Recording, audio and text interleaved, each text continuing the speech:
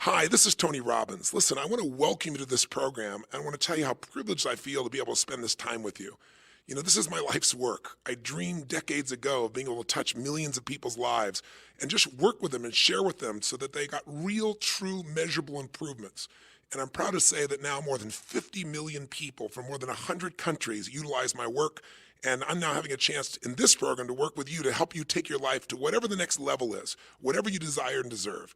So be sure to play full out during this program and be sure to stay tuned at the very end where I have some exclusive bonus content just for you.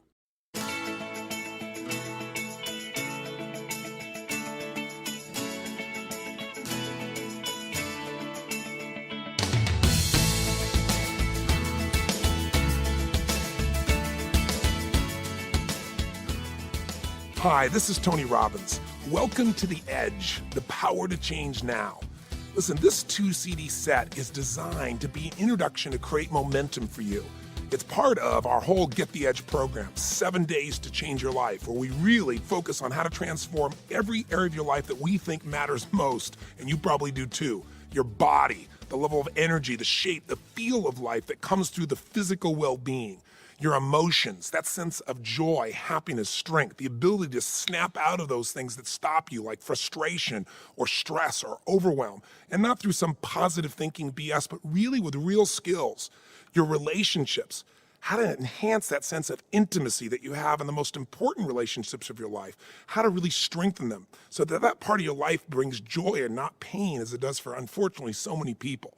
Your finances, how do you really create that freedom, your sense of purpose and meaning in your life, and your ability to really enjoy? How's that for a giant promise? But I'll tell you something.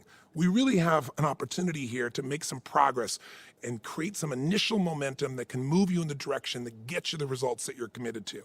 And I want to start out by just telling you here, I'm really here to deliver for you.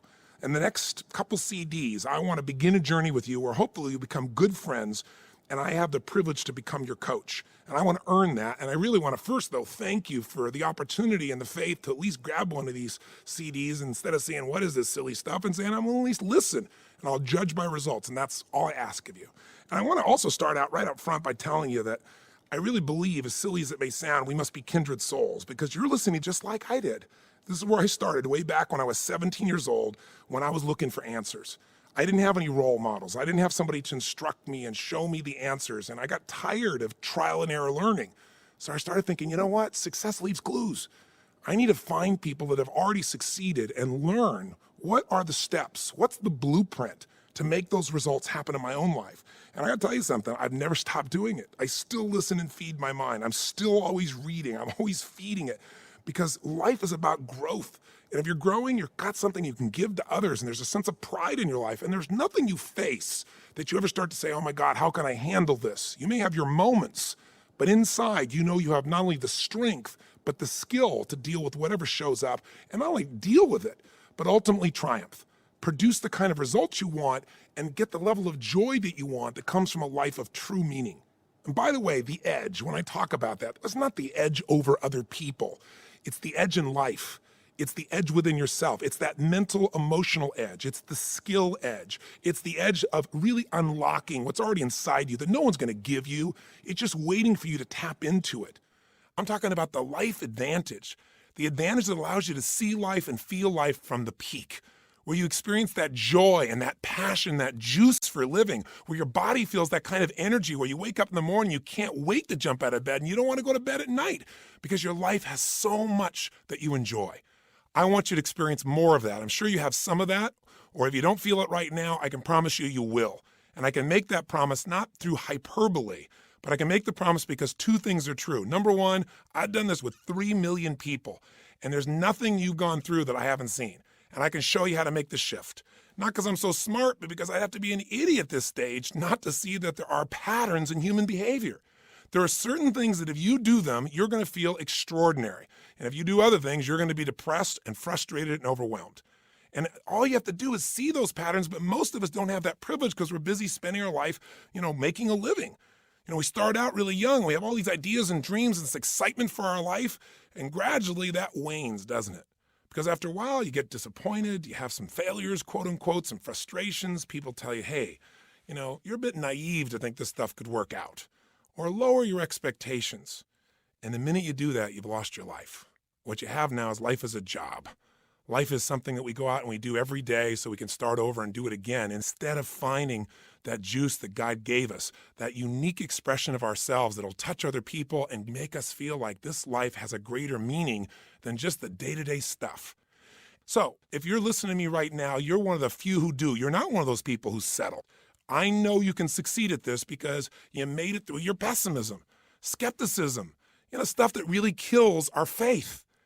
People tell me all the time, oh, I'm skeptical about this kind of stuff. I'm pessimistic. I say, no, you're gutless. You're scared. Tell the truth. You're afraid to get your hopes up. I got it. I've been there too.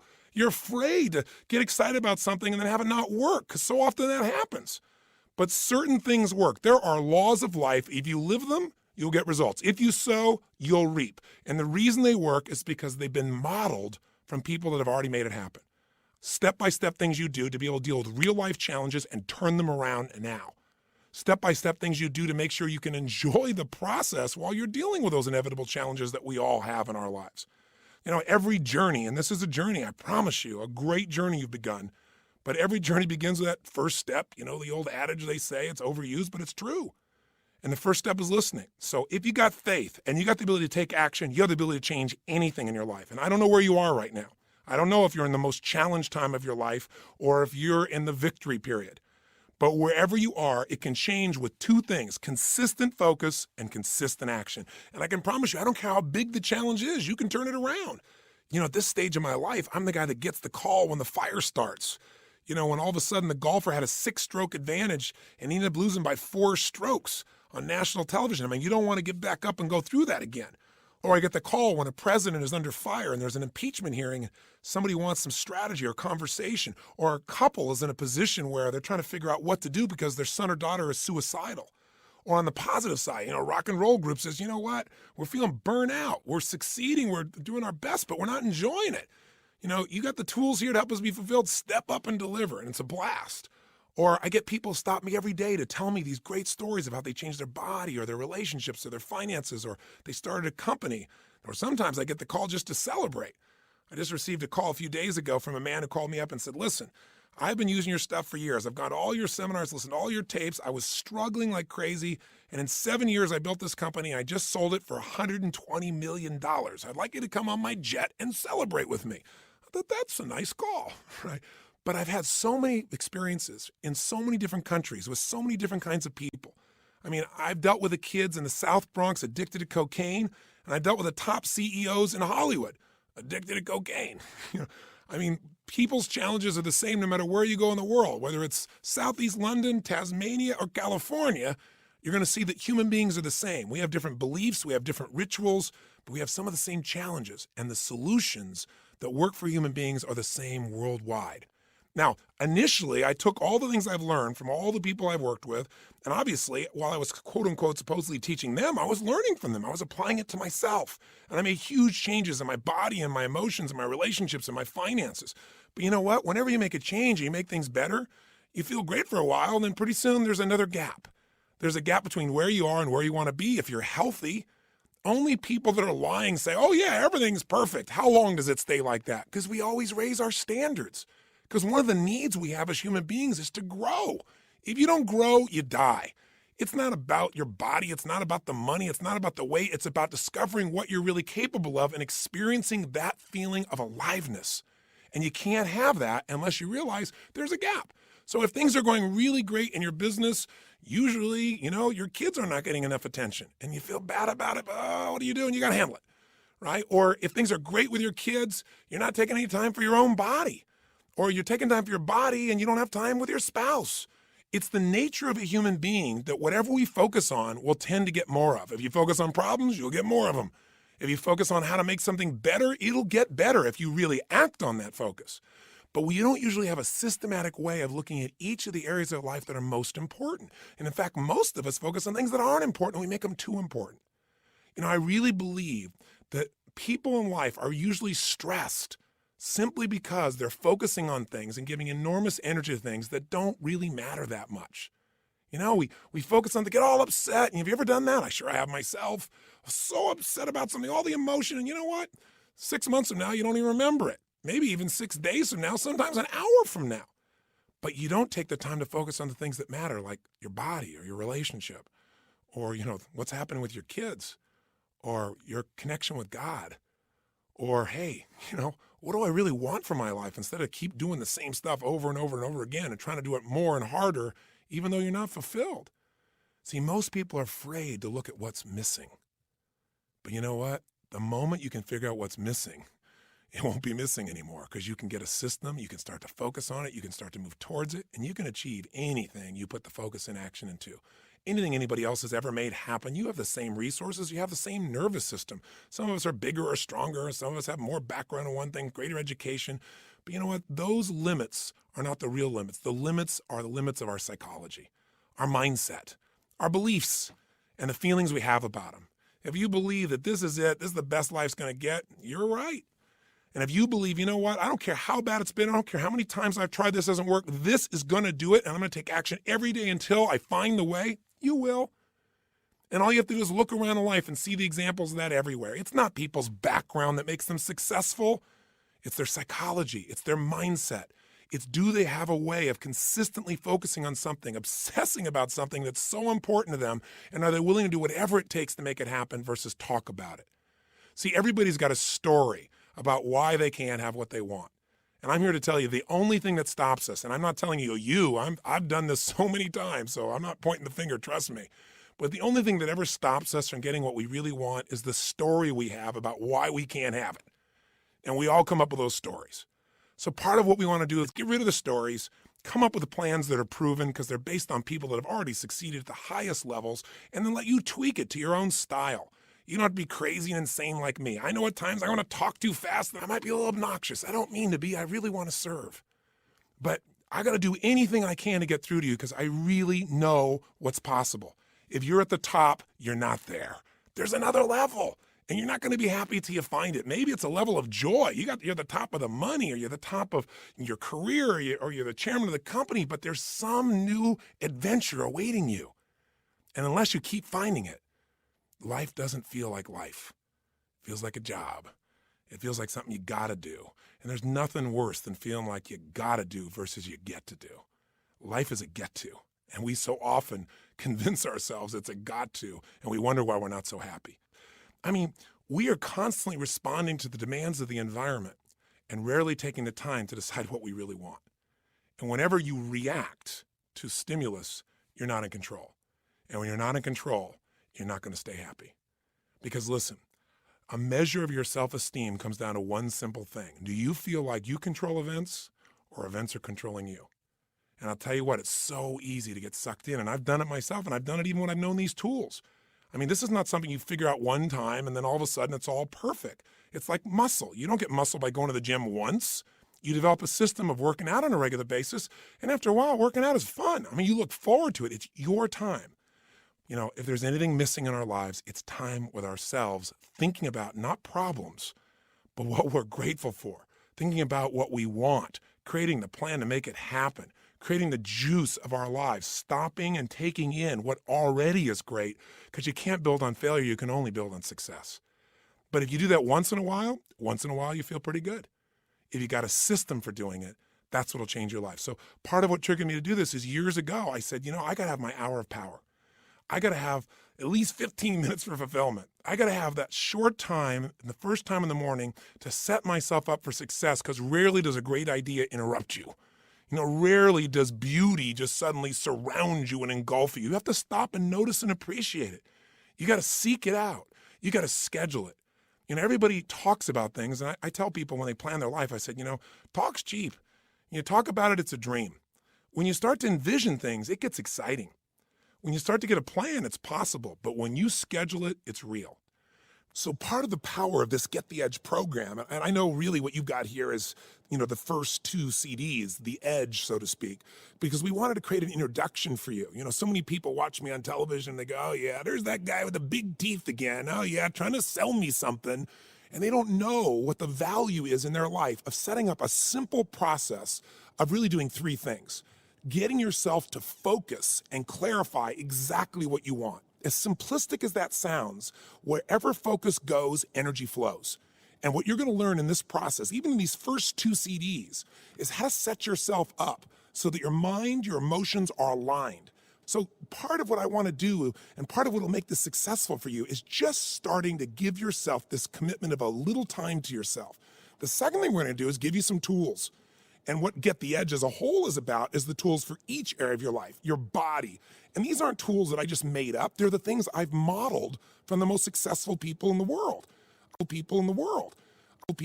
I said to myself, okay, if I want to transform my body as an example, and I want a vision of that, what is that? I used to work out like crazy, and I got all bulked up, and I thought I was just so cool, but I couldn't walk.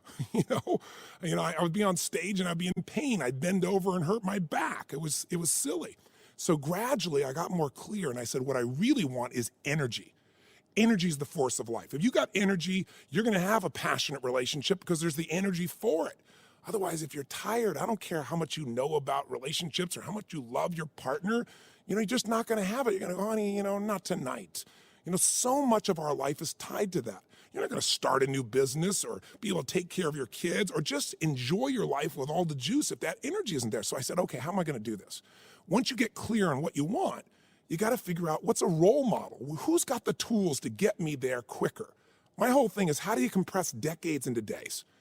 How do I save the time and not reinvent the wheel like some idiot? That's what I used to do. I was dumb. But I said, okay, who is the most energized athlete in the world who's not a professional? That's not their full-time job. They're not paid for this. So it has to be something that's really fed them. And they weren't, let's say, necessarily a great athlete in school. Somebody who became strong in terms of their capacity, in terms of their endurance. Because endurance is a very powerful part of our lives. Life is not a sprint. Sometimes you have to sprint, but life's more like a marathon. And energy is the secret. So I kept doing research, and I found this man named Stu Middleman, this guy that ran 1,000 miles in 11 days. If you can imagine, he ran 85 miles a day for 11 consecutive days, and he was stronger at the end than the beginning.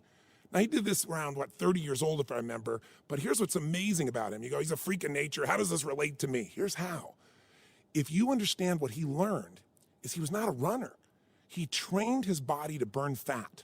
Most of us burn sugar, so what do? Oh yeah, we jump in there, and sugar burning's kind of like lighter fluid. You go in there and bam, you got a burst of energy from what you've eaten, but bam, within a short time, your blood sugar's dropping and the energy's gone. Lighter fluid, bam, big explosion of energy and it's gone. What burning fat, which is what you can train your body to do, does is it makes you burn like coals. You just keep going and going and going and going. If you've met anybody, if you've gotten introduced to this because you know someone who's been to one of my live seminars, they'll tell you we do a weekend where people normally would not sit for 3 hours for a movie. A 3.5-hour concert is considered a long concert. And we've got people that are incredibly sophisticated, both in development, psychologically, intelligence levels, economics. We got people from 45 countries that'll be in a seminar translating for 3 languages simultaneously. And we'll be in a weekend that might last 40 hours and nobody wants to leave the room. And I'm not exaggerating. And it's because there's an energy. There's an energy to life. So what I've done in Get the Edge is I've taken each of these individual areas and say, what is it that these people do? And by the way, if you say, well, that's really wonderful, he did that. If you think you're at a different stage of life and you don't have that energy, let me tell you what you learn and Get the Edge in that area.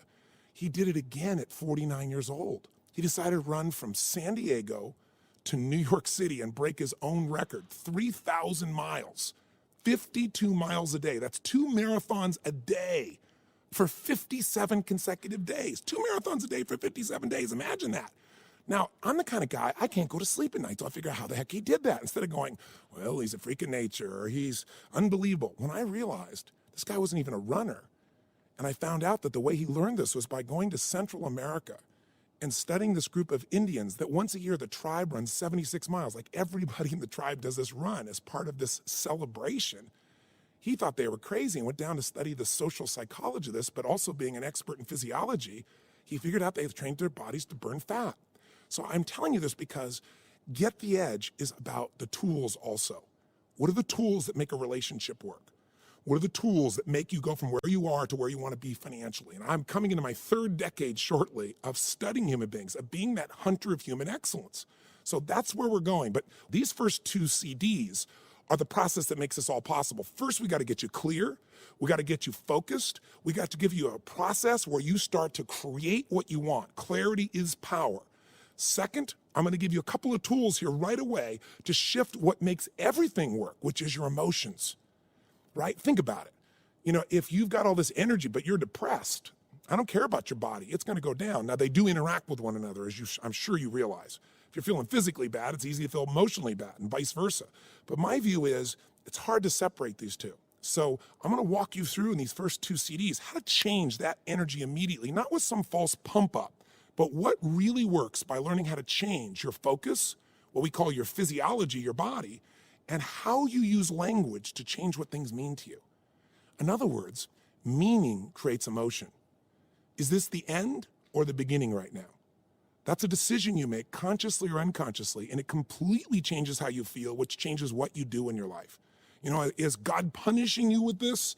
Or is God rewarding you? Or is God challenging you? Or what's your belief? Is there such a force in your life? Those belief systems create meanings and emotions, and I'm not here to tell you what to believe. I'm here just to share with you tools so you can elicit what works for you to get the results you want. That's one thing I want to emphasize too. This process, this edge in life, is knowing what it is you really clearly want, having strong enough reasons to make that happen. That's part of clarity.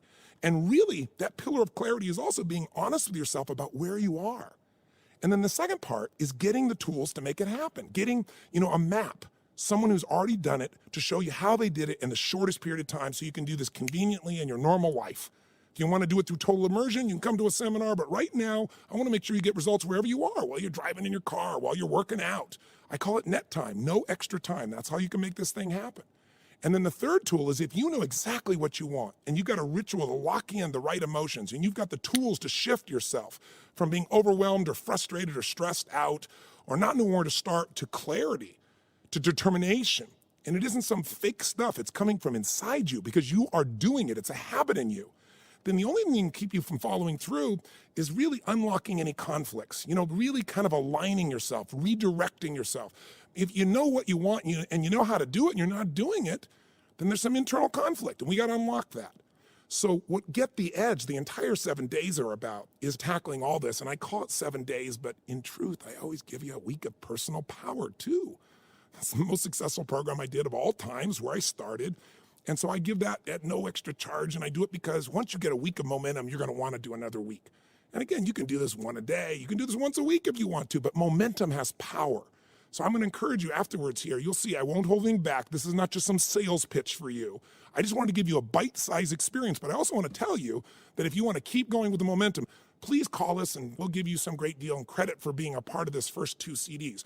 But if I never see you again, these next 2 CDs, I'm going to focus on creating some rituals, some distinctions, some tools, and some clarity that'll move you forward regardless. I'm not here to create a dependency. I'm not here to be, as I say, anybody's guru. Certainly not for you. I'm not here to tell you what to believe. But I can share with you the best I've learned in nearly 3 decades of what gets results and what gets fulfillment. And that's really the promise of this. I think there's 2 skills in life, master skills. One is the science of achievement. That is, how do you turn your vision into reality? How do you take what you've been talking about and make it real? And the other one is the art of fulfillment. And notice I say science of achievement because things like how to produce a transformation in your body, your shape, your energy, there are laws of the body. There are laws of health. Everybody knows that. I mean, everybody has different opinions about style and approaches. There's many ways to get to the result. But there's certain laws, if you violate them, you're going to have pain. Life doesn't care what you believe. You can say, I don't believe in gravity, but you step off the cliff, you're going to pay the price. Ignorance is not bliss. Ignorance is pain. Ignorance will cost you. And sometimes it's just like talking to Stu Milliman, learning 1 or 2 little things that nobody else knows. It's such a little shift, like a little 10-degree shift. And imagine you're heading one direction, you make this little tiny 10-degree shift. But if you keep following that new direction for a day, for a week, for a month, over 6 months, you end up with a totally different destiny, a different destination than where you were headed. Little changes can change everything. Most people never get started because they're overwhelmed. So part of what Get the Edge is about, and the Edge, this program, is some little distinctions that you can use to get immediate results. And you'll be able to test this right now with our Hour of Power and with this set of steps I'm going to show you on how to make a change in an area maybe where it's really been difficult for you, as well as, again, how to change the emotion. Because, what is life but emotion? If you can achieve every goal, if you understand the laws of finance, it doesn't matter what your age is. It doesn't matter what your color, what your background, what your gender. If you understand the laws and you apply them, you're going to have abundance in your life financially. I've done these things. I'm not talking to you as some guy that's learned something from books. I've had the privilege of making $400 million in a day, literally, when I took a company public. I've had the privilege also of losing several $100 million in the stock market, changed at times.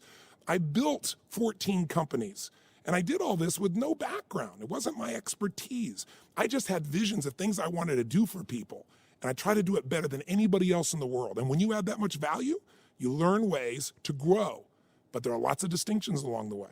And this program, The Edge, is really designed to give you the start on that journey, to begin the momentum, to move you in the direction of what matters for you. But I say the science of achievement, that's wonderful.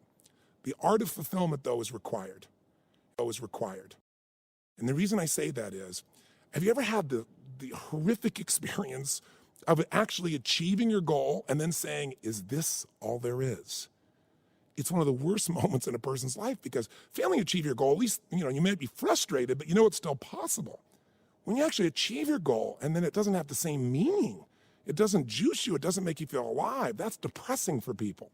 And the reason is most of us are never taught on how to have fulfillment. It is an art. And the reason I say art is it's not absolute in its rules. Art is unique and different as people. When I work with people, I tell people, I'm not here to tell you what to believe. I'm not here to tell you what you should get or what you should want. I'm here to help you focus and find what your passion is. What is your definition of an extraordinary life? What's life on your terms? And what's life on your terms today? Not what you thought it was 10 years ago, 20 years ago, not someone else's script. Yours today. What will really fill you up? What would excite you? See, when you tap into that, life has got meaning. And I think meaning comes from two things. Is this moment that we're having right now, this moment I'm talking to you, I'm trying to step into your heart and your mind and try to give you a sense from mine of what I've experienced and try to get a sense of what maybe is important to you. But does this moment of conversation have any meaning? Is it a waste of time? Is it worthwhile? What moments are extraordinary? I would say any moment you appreciate. Think about it. And if you've got $1 billion and the primary emotion of your life is frustration and anger, then your life is frustrating and angry. It doesn't matter how much money you got. If you have a family where everybody loves you, and you have somebody that adores you, but you sit around feeling depressed all the time or worried, then your life is depression and worry. It's not love. We are the emotions that we make habitual. We are the emotions that we live consistently in life. That's what dominates us. So in this first CD, getting you going here, in this first audio introduction, if you will, one of the things I really want to do is get you associated that emotions don't just happen to you, that you do them. And when you start to understand this, you start to learn how you can not only shift your ability to achieve, but your ability to enjoy. And I think that enjoyment, that art of fulfillment, is learning how to appreciate things, really enjoy things to the fullest. Many of us feel guilty if we do that. And also, how to make sure we're contributing in a way that gives us a sense of meaning. Because no matter how much you achieve within yourself, meaning, a life that has deep value, comes because we feel like, hey, I didn't just get up and enjoy and succeed and celebrate, but somehow I helped to pay it forward. That I did something, I did something for someone I love, or maybe for someone I don't even know I did something loving. Those little things play a huge role. So I'm not trying to give you the whole enchilada in this moment, but I do want to give you a sense of where we're going. So I'm hoping that I will, as a result of these couple CDs, really be able to help you, help yourself take things to the next level in the first stages of that. Get those fundamental understandings, some skills that really work for you, make those shifts, and set up a process so that you ongoingly get results. And then at the end of this, again, if you choose to, please call our company and give me the privilege of having an opportunity to coach you. Everything I do, by the way, we give a money-back guarantee on. So if you go to one of those programs, or if you decide to have a personal coach, or you decide to do the rest of this program and you don't think it's worthwhile, you can look at our guarantee there and you can get all your money back based upon the guarantee for that particular product. But all of it is really just about your satisfaction. So I'm here to serve you, and I hope that this is the beginning of a really beautiful journey and where we can make a difference. In this first Edge experience, I hope will begin that momentum for you. See, all change happens in a minute. You got to remember the power of a minute. In 1 minute, you could change everything in your life. In 1 minute, you can say, never again. Never. As the Jewish people have said in their country. They set a standard there, and they said, we will never go through a Holocaust again. It will never occur again. When a human being gets that point of never again, it takes a minute. In a minute, you can also do some other things. In a minute, you can look somebody in the eyes like you've never looked at them before. In a minute, you can hug somebody like you've never hugged them before. In a minute, you can say the words, I love you, and mean it at a level you've never meant it before. In a minute, you can say, I quit, or let's begin, or it's over, or I do. Think of the minutes of your life that have changed who you are. And I got to promise you, we got a lot of them in here. Minutes, there's moments right at the point you think, this guy's insane, and I'm going to turn this off. You stay there a little bit. I can just tell you because I've done it for years. It's different for somebody else. One phrase will wake something up inside you. I'm not going to give you anything. It's all inside you. But when it wakes up, baby, it is time to move, and I don't have to tell you that. It'll just happen.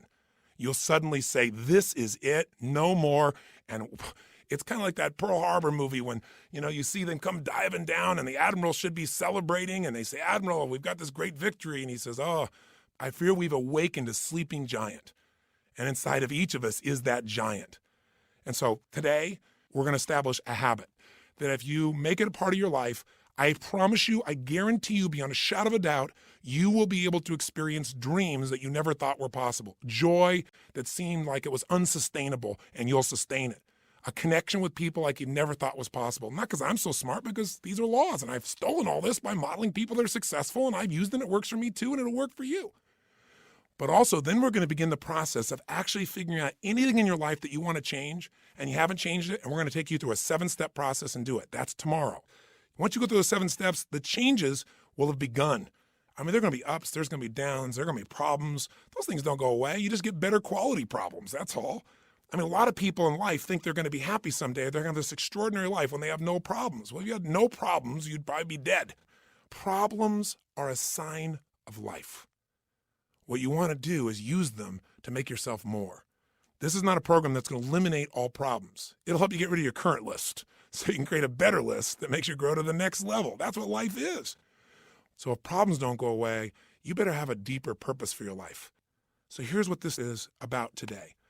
You are going to start a process, if you're willing to, of taking time for yourself, of taking the most scarce resource you got, time, and giving it to you. And not just thinking about problems, but going through a very simple system that'll line you up for success. Because if problems aren't going to go away, how am I ever going to have a great life? Well, the answer to that is to realize that problems and happiness have no linkage whatsoever. I learned this because all of a sudden I felt like I had all these problems. And in the midst of problems, because I made changes, and by the way, anytime you make some changes, you're going to have some problems because people aren't going to agree with it, or they're not going to like it, or they're going to judge it and going to say, why did you do that? Or I don't like it. Change always creates problems. As you have problems, you create solutions, which, by the way, are more changes. And when you create more changes, what does that do? It creates more problems. So problems are here to stay. In fact, they won't be problems for you. They'll be challenges, and we love a challenge, don't we? Nobody wants a problem, but we love a challenge. I mean, why do we watch sports? 2 people take on a challenge to see what they can do. Why do you start a new business? What is it that makes you attracted to someone and saying, my gosh, can I connect with them? Can I get through to this person? Can I get this idea across?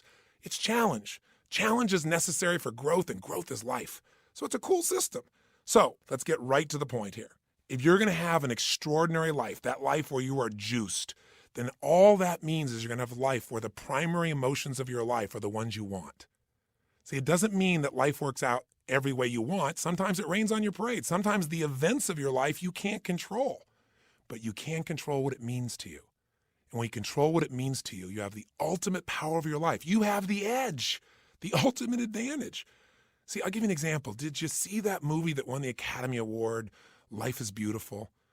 It's a story of a man who has an extraordinary life.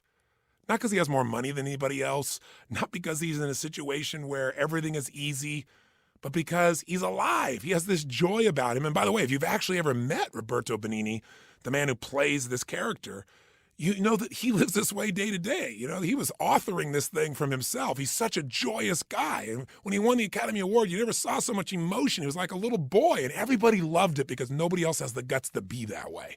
Or they've forgotten what it feels like to just feel, to be alive. What makes him extraordinary? An extraordinary psychology, an extraordinary mindset. an extraordinary way of looking at the world. And in the movie, the man has that, doesn't he? And who does it affect? Everyone. Everyone within the realm of his influence. His wife feels like the most cherished person on earth, and so does he. Because when you give that kind of love and that kind of joy, people give it back. It's infectious. His son seems so happy, and they're in the middle of the Nazis taking over their country, and if you know the story, I won't run it, you know that they get picked up. And there's such a connection amongst the family that the wife is not being sent away, and she gets on the train with them. And they're in the middle of this camp. This man, with his extraordinary psychology, figures a way of looking at the situation for his son, presenting it so that his son sees it as a game. Isn't life a game anyway? Instead of this horrible situation. And because he has that perspective, in the end, his family survives. See, if you want your family to survive, if you want them to succeed, if you want them to have joy, if you want your kids to have a lasting love, if you want to be able to give gifts in your life and not just take care of yourself, then you got to have an extraordinary psychology within yourself. It's not where you live physically, it's where you live internally. There are two worlds, the inside world and the outside world. We can't totally control the outside one, but we have absolute control in the inside one. But you know what? Most of us are too busy to take any time to check out and see how it's going on in here.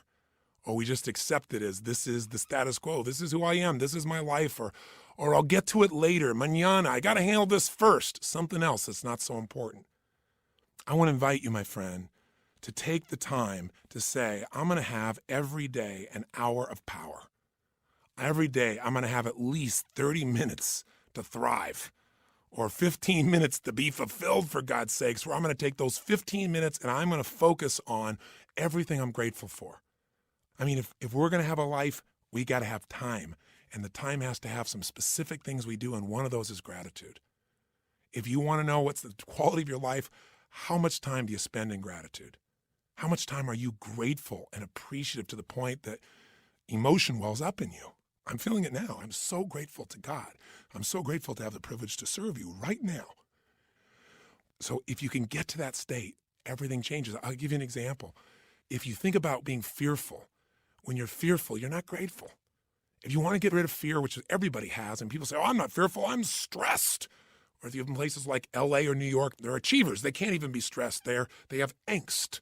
You know, it's a higher level of more sophisticated levels of stress. But you know what? If you follow the trail of stress, it brings you to fear. And everybody's got fears. Fear they're not enough, fear that it won't work out, fear they won't be loved. Everybody's got that at some level unconsciously. We're human.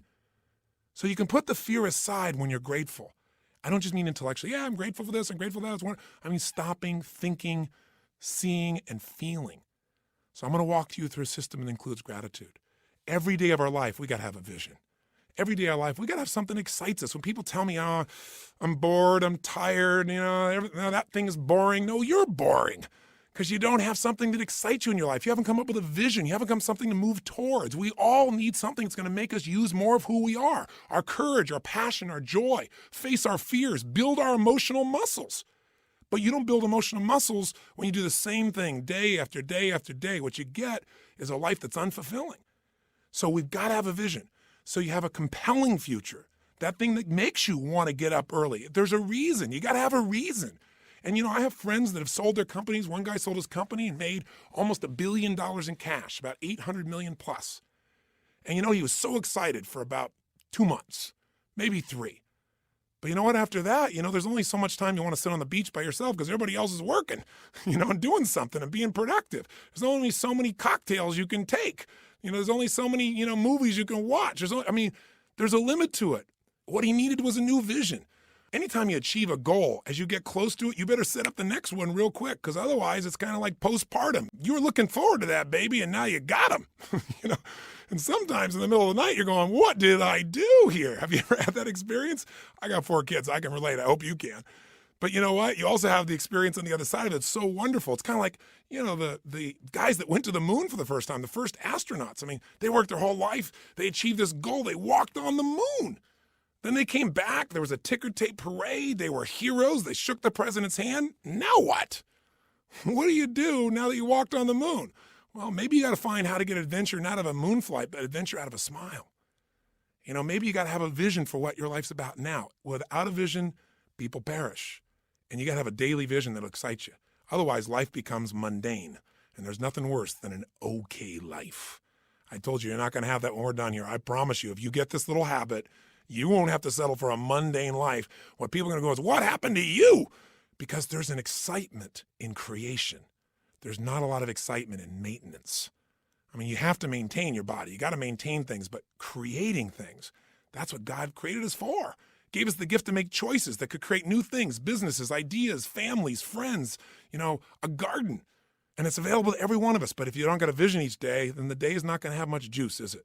So every day there's got to be a little time for vision, right? Time for gratitude, time for vision. Every day you got to move. Got to move. Got to move. I'll tell you why most people are unhappy. They don't move. Look at our lives today. I mean, most people live in a box, don't they? And then what do? They get up in the morning, have a box cereal breakfast, right? And then they get in their box and they drive.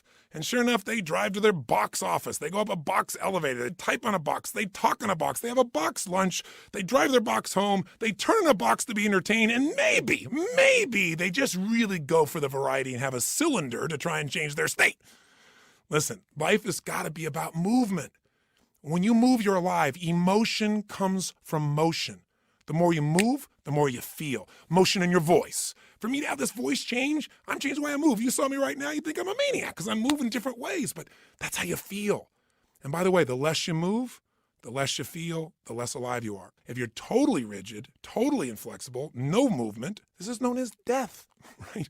So if you have emotionally, you're stuck, move. So every day you got to move. Now, that can be a simple, gentle form of exercise, but it's something that's got to happen. And by the way, if you want a great relationship with anybody, what do you got to have? Some time with them, don't you? How about you? How about you? And not only do you have to have time with them, but maybe have a conversation with them. And most of us got conversations in our head, but we're not directing them. So we're going to show you each day how to have a conversation that you direct, a way of directing your mind, of shaping your mind, of conditioning your mind. It's kind of like going to the gym and just getting in the best shape of your life, but it's the best mental, emotional, spiritual, physical shape. And you don't need me to do it. I don't have to follow you around the rest of your life. This is going to be something you're going to do for yourself. If you want to visit with me again, great. Or come see me in a seminar, I'd love to meet you. But you don't need me. I'm not here to create dependency. I'm here to remind you what you know is true, just to create some habits that will create the result you want. So, how does it work? Well, let's do this first. It's time for you to make some discoveries. The quality of your life is the quality of the consistent emotions you experience. I'll say that again. How you feel is your life. What are the feelings you have on a consistent basis? So I'm going to ask you, just take a moment. You can do it in a journal. You can do it on a piece of paper. You don't make it rules-driven. Just do it. Don't just do it in your head. I want you to write down all the emotions you experience in an average week. And on one side, write all the good ones. The other side, all the bad ones. Now, when I say bad ones, there really are no bad emotions, but the ones that are painful and you don't like. So all I want you to do is write them down. And when you write them down, try not to edit them. Don't try and say, well, just do it this way. If you experience this emotion on a consistent basis, doesn't mean every day, but at least once a week, write it down. The ones you consistently feel, not the one once in a while you feel this feeling, because what this is going to tell us is where you're really living right now. This doesn't tell me your income. I don't care. But I care about what you're passionate about. I care about what hurts you. I care about what you love. I care about what moves you. And you do too. And you don't even have to tell me the what's. Let's just figure out the feelings first. So please take a moment right now, because now we're going to begin to stop talking and we're going to start the process of doing. First step here is let's figure out where you are.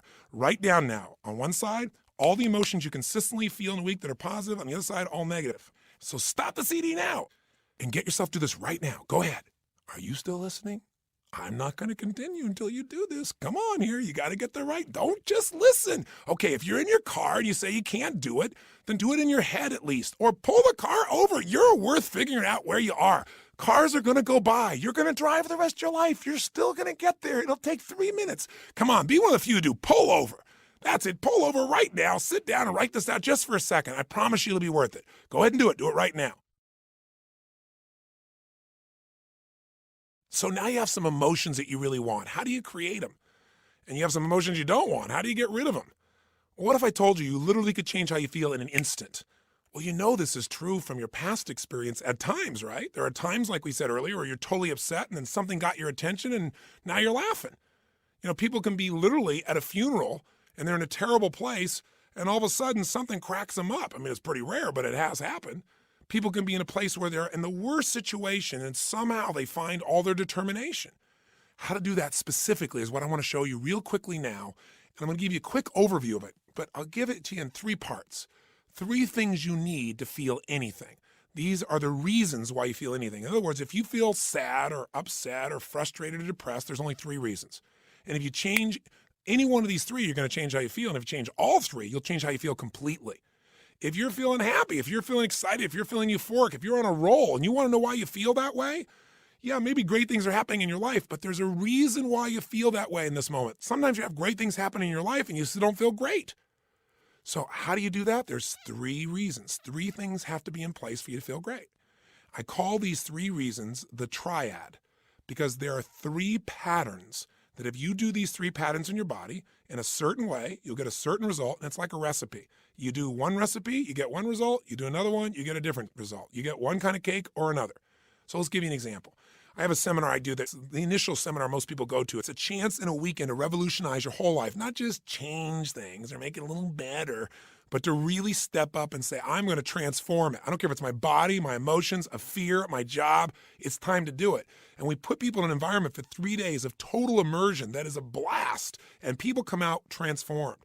That process, though, very often, one of the first things I'll do is I'll ask people, what do you really want? I'll take people in the audience. We got 1,500, 2,000 people in that type of program usually, and they'll say, oh, well, I want to make, $1 million. I want to make $1 billion. I want to help my kids get through school. I want to have more confidence. I want to lose 57 pounds. I say, okay, great. Why do you want these things? If you lost the 57 pounds, if you made the $1 billion, what are you going to get? And sooner or later they'd say, well, if I change the world, it'll make a difference. And I'll say, yeah, but what will that give you? And eventually say, well, it'll make me feel good, like my life had meaning. Or they'll say, if I lost 47 pounds, I'd feel more sexy, or I'd feel more energetic. Or they'd say, if I made this money, I'd feel freedom or power or secure. Whatever it is you want, you only want it because you think it's going to give you a feeling. And the truth of the matter is you can have that feeling right now if you just change these 3 patterns I'm going to tell you about. So the first pattern that determines how you feel is not the event, but what you do with your body in this moment. Right now, you're feeling, whatever you're feeling right now as you're listening to me, is related first to how you're using your body. If you're slumped over, if you've not been using it, if you're tired, you probably feel different than if you're listening to me walking right now as an example.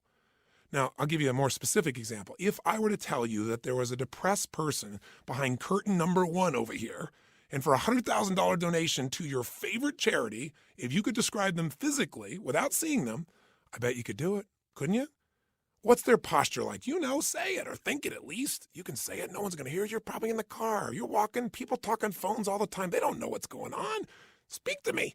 Seriously, what's their body like? First, their posture's probably what? Slumped. Where are their eyes? Down. Where's their head? Down. What's their breathing like? Full or shallow? Of course it's shallow. Their facial expression, up and tight or slack?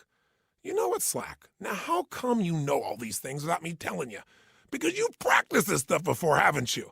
We all have if we've ever experienced this. Now, if you do this with your body, I don't care who we are. If you do these things to your body, you're going to feel lousy. You're going to feel depressed. Now, if you change the way you use your body, if you put your shoulders back, if you breathe, if you use your voice in a different way, if you move or gesture at a different tempo, it's hard to feel depressed in that way. In fact, there was a research study that was done early in my career that was done at UC Berkeley. And they did something that sounded insane. Traditionally, if somebody's depressed, if they go to a traditional psychiatric approach, today we live with a philosophy that depression is merely a Prozac deficiency. That we live in this world today that if things aren't working out, let's not resolve what's going on inside you. Let's just drug you. It's called better living through chemistry. Yeah, just drug you and keep on going. We do the same thing with kids today. We got this attention deficit disorder. They've now upgraded it to ADHD, attention deficit hyperactive disorder. This couldn't be the fact that kids are overstimulated, don't get enough focus or attention, and don't know how to use their energy in a world where things are going so slow when they're learning in school compared to how they are on the internet and on MTV or anything else. It must be that we should drug them into submission so they get as slow as us and we're comfortable. It's an interesting way that we look at life today. The truth of the matter is these kids are using their bodies in ways that aren't acceptable, but they're not being directed. We go for the quick hit. We want the instant solution, even if it isn't the long-term solution that makes us more healthy. You can get a solution, but it may not be sustainable in a healthful way. The bottom line is, in that approach, we usually drug people. So at UC Berkeley, they tried something different. No drugs. did something you're going to think sounds so stupid. Here's all they did. They came up with a simple approach. They took people that were clinically depressed. This means you achieved high levels of depression. You've got certification now. You are clinically depressed. You are an achiever at the depression level. This means you've practiced this pattern on a regular basis. And they took them, and by the way, I know I'm sounding obnoxious right now. I'm not trying to make depression sound like these people are terrible, because I felt it in my life a long time ago too, but I don't go there anymore because I know exactly what creates it. And I want to break the pattern of us thinking we're not in control. So please understand where I'm really coming from. But the point is, here's what they did. They had people come for 4 weeks, stand in front of this mirror that has 3 parts to it, and do one silly thing. Grin from ear to ear. And they had to make them smile for no good reason for 20 minutes. Now, when they're doing this, they had a grin so big that they created crow's feet on the side of the eyes. You know, that little set of lines, you're smiling so big? Now, interesting, they keep their shoulders back while they're doing this and breathe fully. You go, dumb idea. But what happened?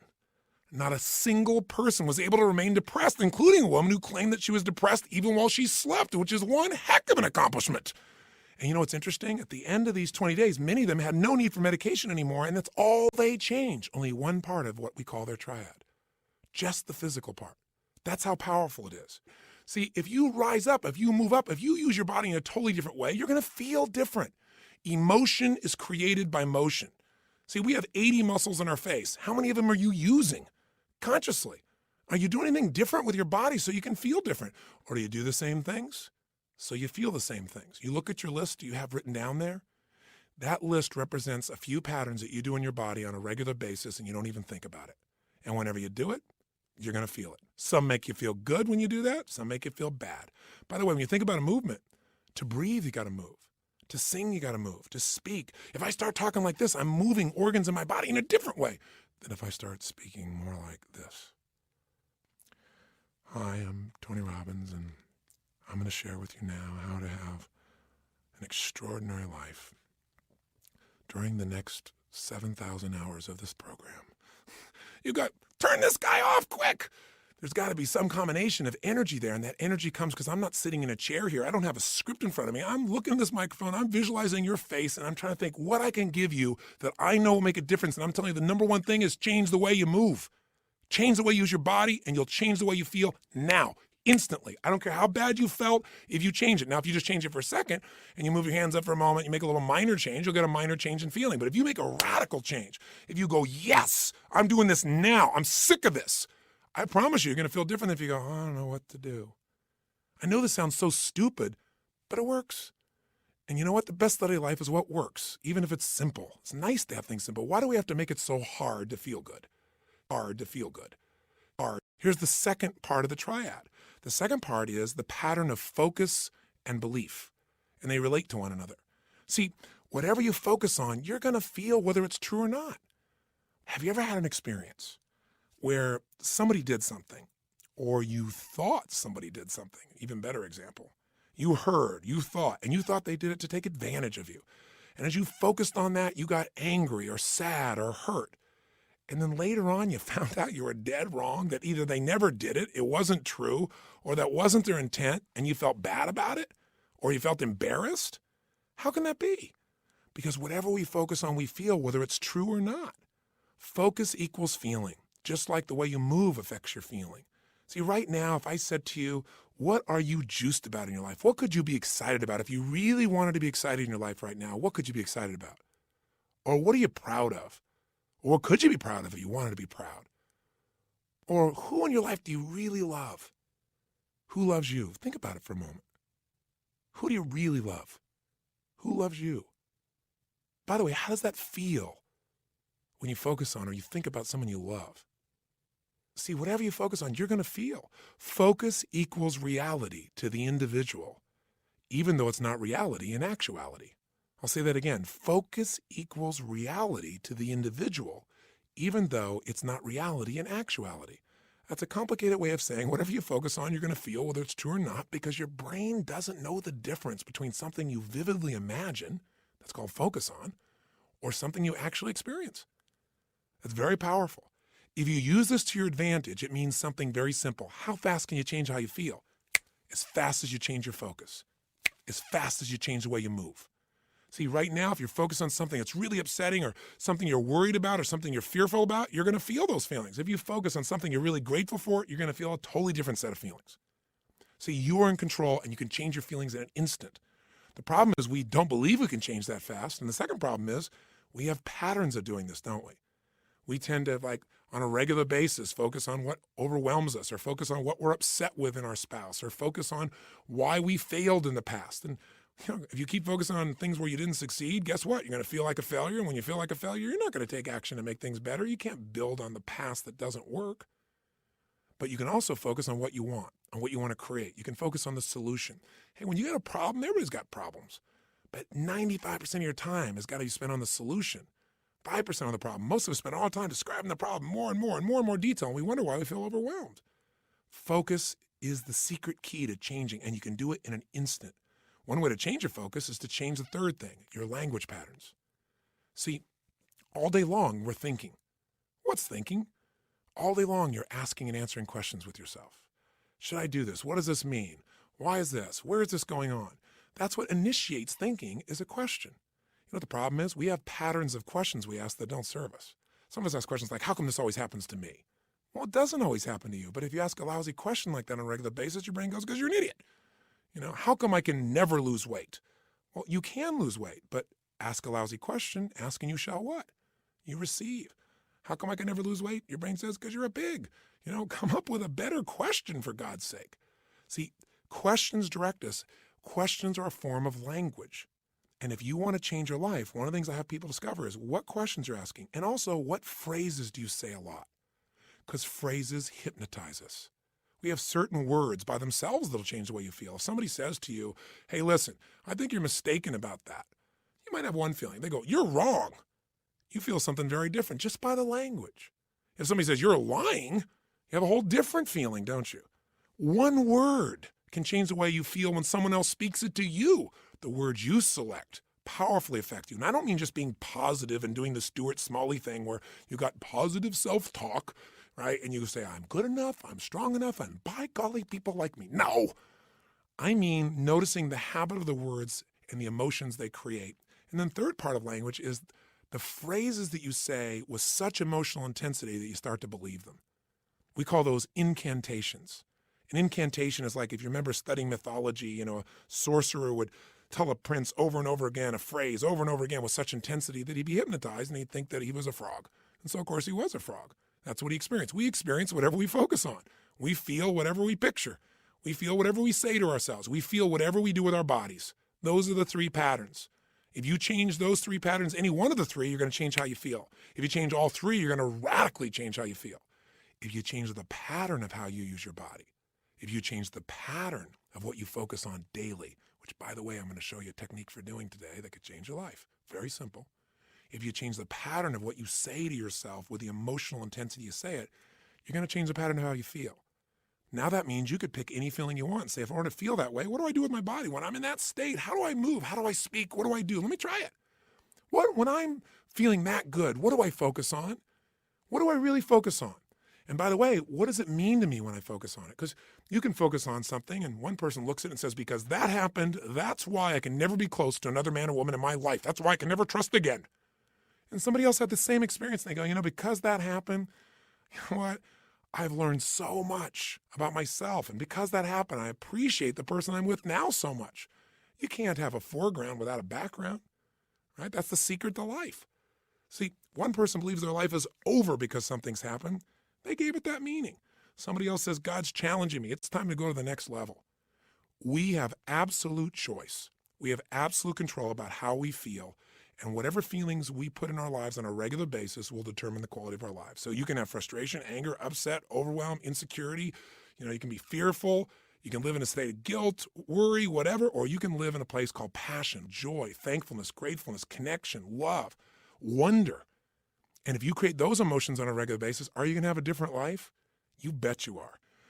Okay, so how do we take these three understandings and make it so we don't have to think about it, but we actually, on a regular basis, condition ourselves to have the great emotions we want and get rid of the emotions you don't want? Well, first step is awareness. See, next time you start to feel like, oh, I'm so frustrated, I'm so angry about this, notice what you're doing with your cheeks. What are you doing with your mouth? What happened to your breathing just now to do that? What's happening to your eyebrows? Are you tightening your fingers in your hands?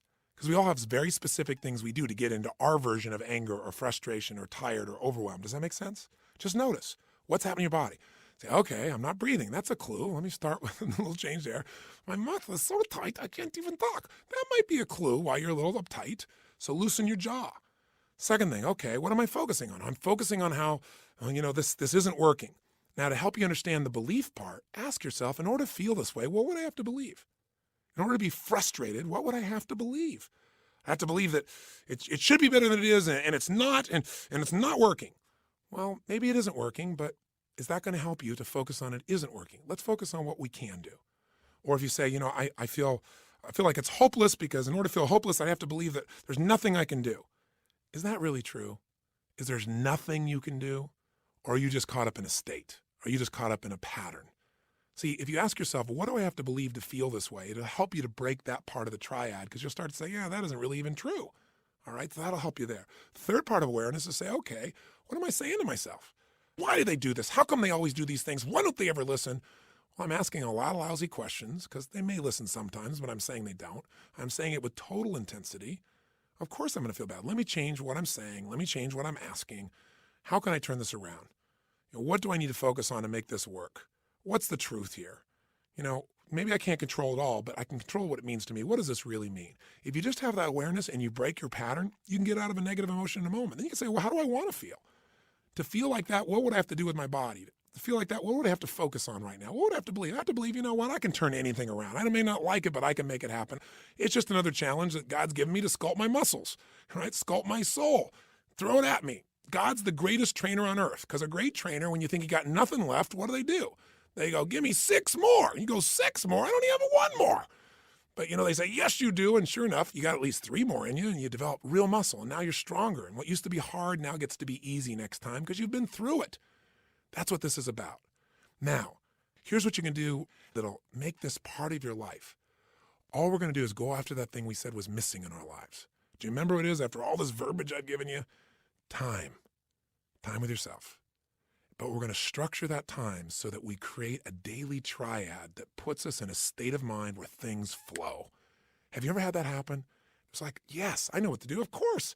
Oh, yeah, it's a challenge. Big deal. Bring it here. Let's handle it.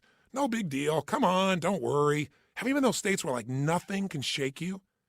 You can hope that you're going to pop into one of those states and get lucky, or you can create it every morning before you start your day. So you start with a foundation that's so powerful that it affects you and everybody around you. You can make life beautiful. Life can be beautiful for you every day if you do the things he did with his body. If you focus on life the way he focused on it, if you use language like he used, he being the man in the movie or the man in real life who embodies it so much. See, that's a role model. If you sow the same seed, you'll reap the same rewards, but you got to schedule it. Because remember what I said, if you talk about it, it's a dream. If you envision it, it's possible. But if you schedule it, it's real. Schedule it, it's real. So here's what I'm going to ask you for, an invitation and a challenge. I want you to give yourself that missing time, and I want you ideally to give yourself an hour of power, I call it, at least 5 days a week. Now, what does that mean? It means for 1 hour, I'm going to walk you through 3 things to do for an hour that will absolutely connect you to yourself and will give you a level of focus and joy and happiness and strength to deal with not only the challenges, but to enjoy your life more.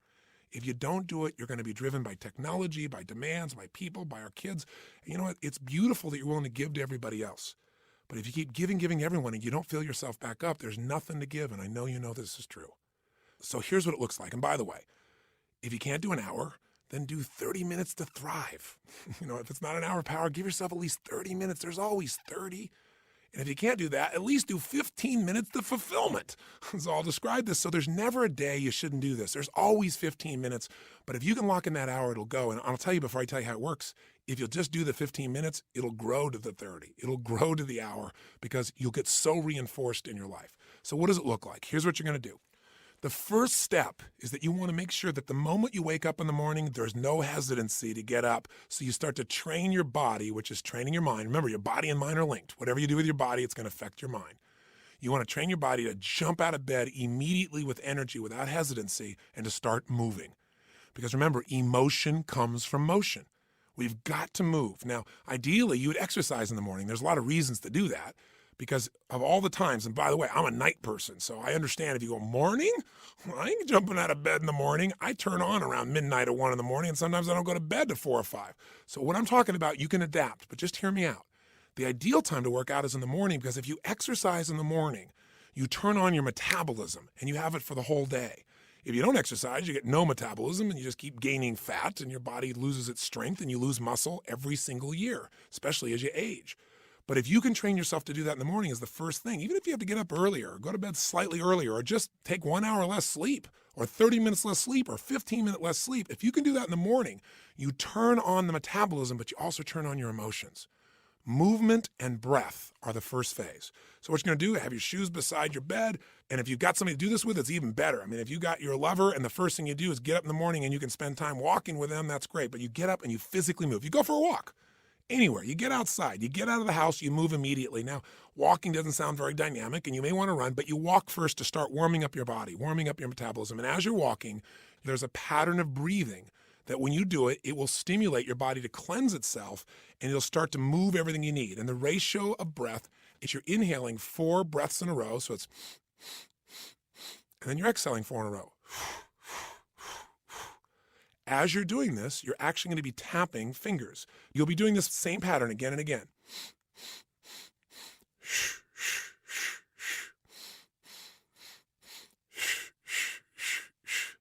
This pattern of breathing will alter your state. You will literally, after doing this for about 5 minutes, begin to feel radically different. Now, you're going to inhale through your nose, as you probably heard, and exhale out your mouth.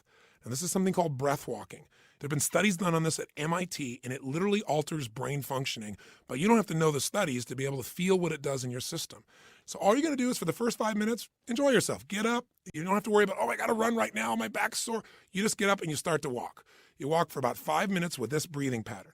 Step 2, you get grateful and you begin to visualize. So in phase 2, what you're going to do now is you're going to cultivate the emotion of gratitude. What you're going to do very simply is, remember I said fear disappears when you're grateful. The minute you're grateful, you're rich. When you have everything in your life to be grateful for and you don't feel that emotion, you got nothing. You're poor. So this has to be a daily emotion. It's like the antidote to all the stress, the antidote to all the frustration. But you got to cultivate it, because if you go into a state of depression on a regular basis, pretty soon your body goes there automatically because it's conditioned, it's trained. It's like what we call anchoring it. By going into that physiology, by breathing, and by visualizing. So what you're going to do is you're going to focus on and ask yourself, what are all the things in my life I'm grateful for while you walk? So you're outdoors, you're moving, so your pattern of physiology makes you feel good. You got movement, you got emotion. Now, as you're moving, you're thinking about everything you're grateful for. And I usually start with a circle. I start with myself right here and my wife, Sage, and I think about all the things I'm grateful to God for in my life, my health. I start to think immediately, okay, my family members, and I think about them and I send love to them. I make this spiral of thought going out. And then I think about my close friends and my close business associates, and then all the people I get to serve through my work in the world. And I just expand it. You think of moments you're grateful for. You know, a moment that I had with my son where he shared something with me that just made me cry. It was so beautiful. You know, there are moments in your life. So what are we doing? We're moving and breathing. That's changing your physiology.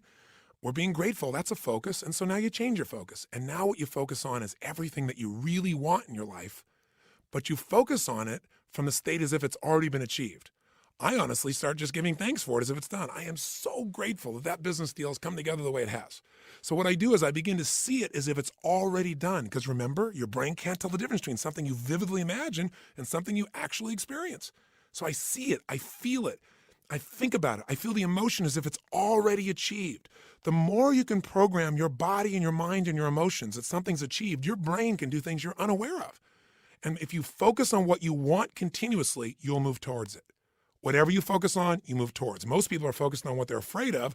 So as an example, when somebody's out of control in a car, they immediately look at the wall they don't want to hit. And of course, as they look at it, they steer right into it. The same thing happens in life.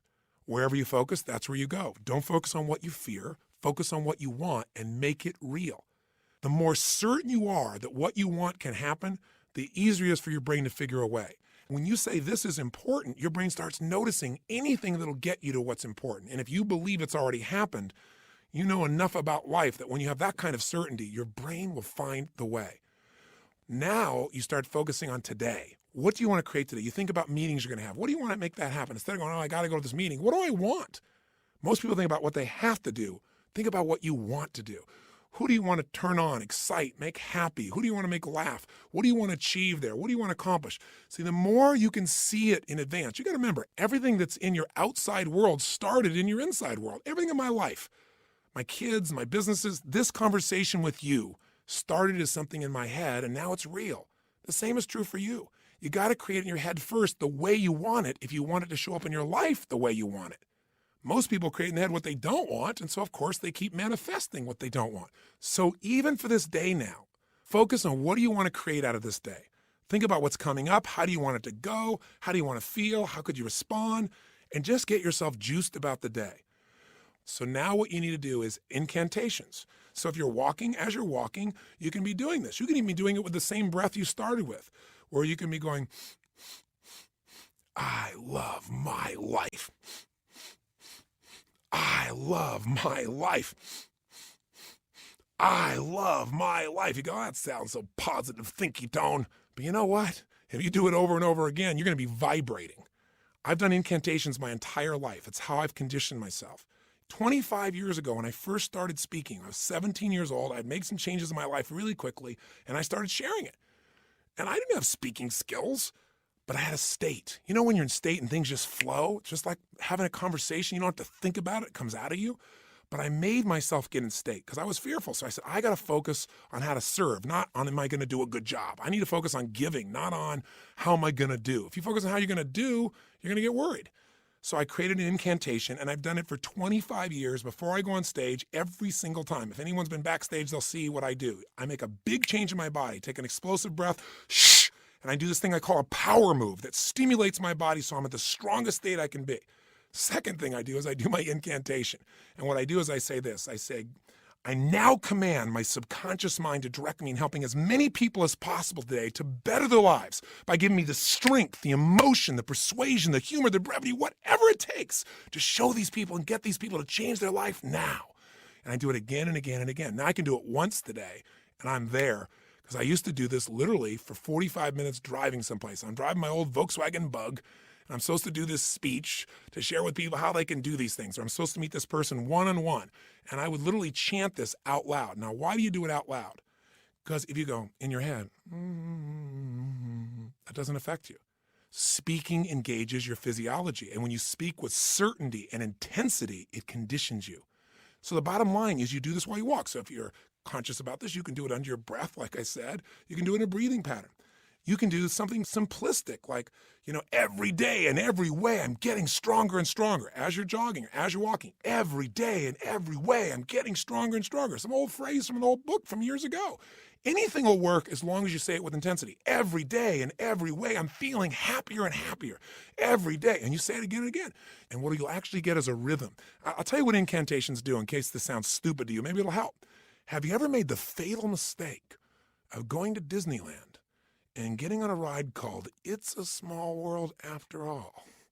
If you have, you know the power of incantations, because what's stuck in your head for the next 3 weeks? That song in 37 languages, right? Or if you hear a song and you get it in your head and you can't get it out, and it goes on and on and on. Well, this is a way to get the right idea in your head and condition it, but not just the idea, the feeling. So now what you need to do is exercise, ideally 20 minutes, no less than 15, 30 even better. And if you can do 45 minutes, that's wonderful. And that's how you get to the hour. And so at the end of this hour of power, you want to celebrate. You want to say, my God, I got myself to do this thing that set me up for victory. Now, you won't have to work at celebrating, I promise you. You'll feel so good, you'll be vibrating, especially if you did the incantations. Now, this process, you might say, well, I'm not going to run 5 times a week. You don't have to. You can just go on a walk. And you can do this process, this hour of power of focus, and you can spend 10 minutes on gratitude, 10 minutes on visualizing, 10 minutes on what you want to have happen today, and do it in 30 minutes. This is your freedom. But I can tell you, if you'll give yourself an hour, where 15 or 20 of those minutes are based on these 3 things: massive changes in your physiology that make you feel great, massive changes in your focus that make you focus specifically on gratitude and specifically on what you want to have happen and feeling like it's already been achieved, and then massive changes where you push your body to be stronger and you make some incantations, you say some phrases over and over, at least 5 or 10 minutes of it, you will have conditioned your mind, your body, your emotions, and your spirit will soar. And now you will deal with problems radically differently. There won't be problems, there'll be challenges for you. And more importantly, you'll be excited to connect with people. You'll be excited about your projects. You will affect people around you in a different way because you will have an extraordinary psychology. If you want an extraordinary body, it takes a ritual, doesn't it?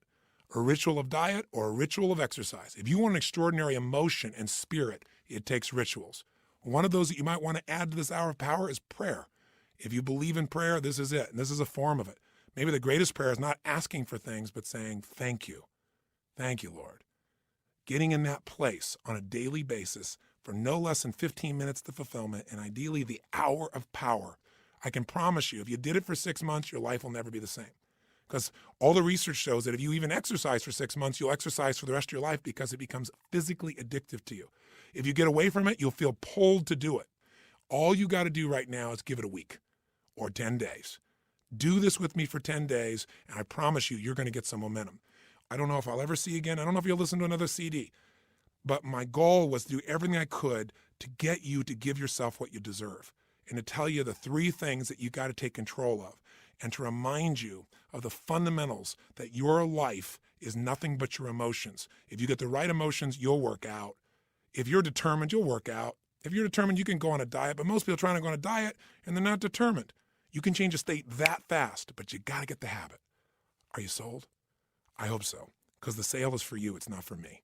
It's for you to create what you want long term. If you will do this, and you'll even do it 4 days a week, if you'll just get a habit that you'll commit to and not break, your pride will soar.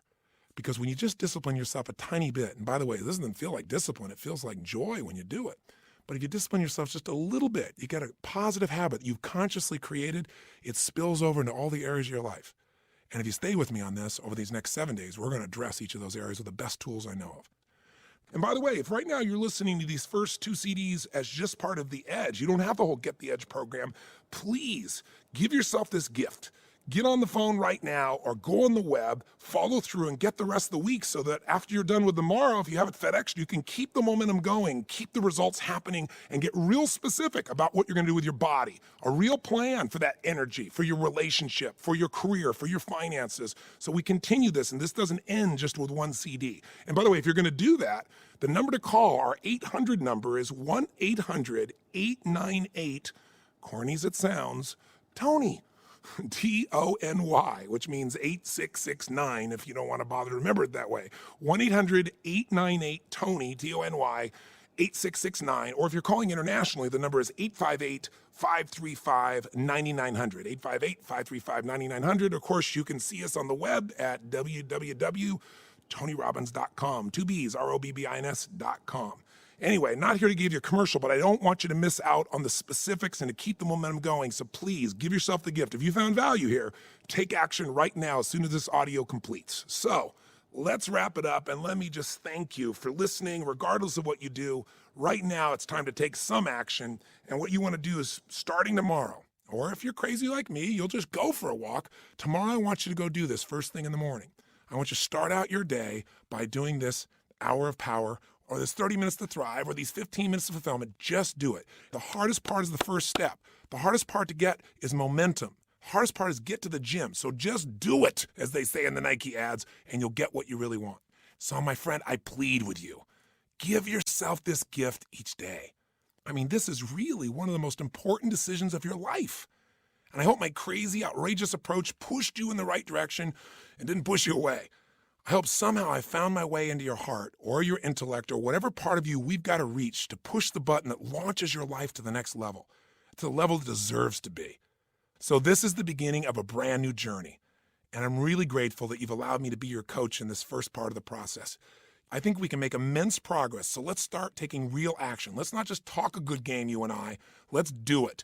Just get your butt out there, because once you get out there, you'll get out there again and again. You'll get that momentum. It'll take over, and the best of you will start showing up every day. And when the best of you shows up every day, you're going to start appreciating yourself, and so will everybody else. So today, look around you. Keep your eyes open for magic moments. They're all around. And be sure, if nothing else today, you live with passion today and every day. I'll look forward to seeing you tomorrow.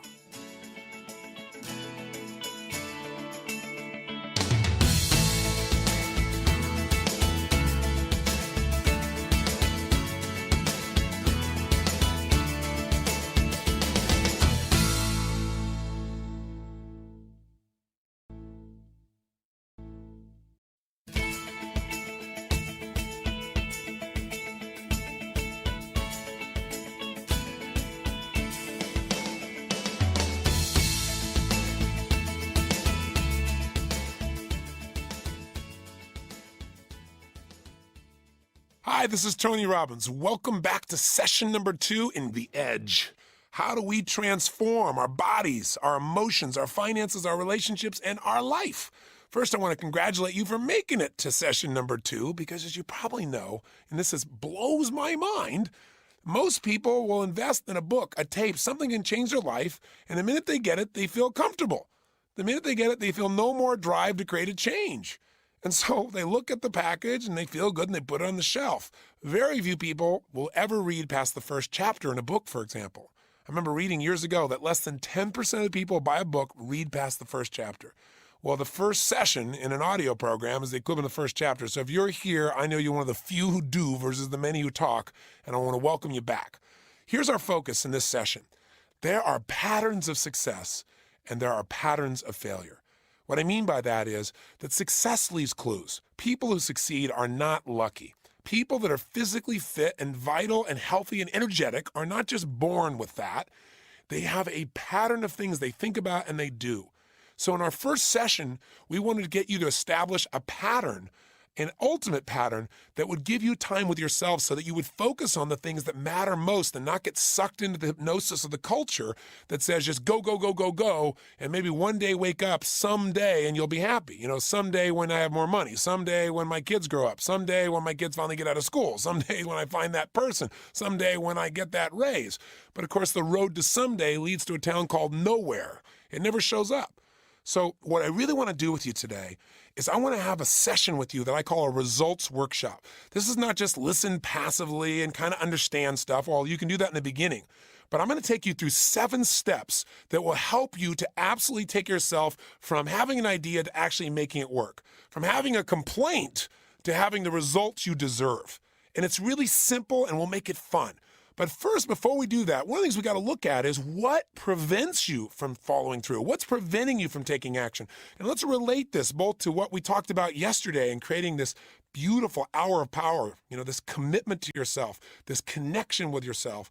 But let's also relate it to dietary change or any other change that you want to make. Why don't we follow through? And then let's say, what does it take to follow through? And then let's just do it.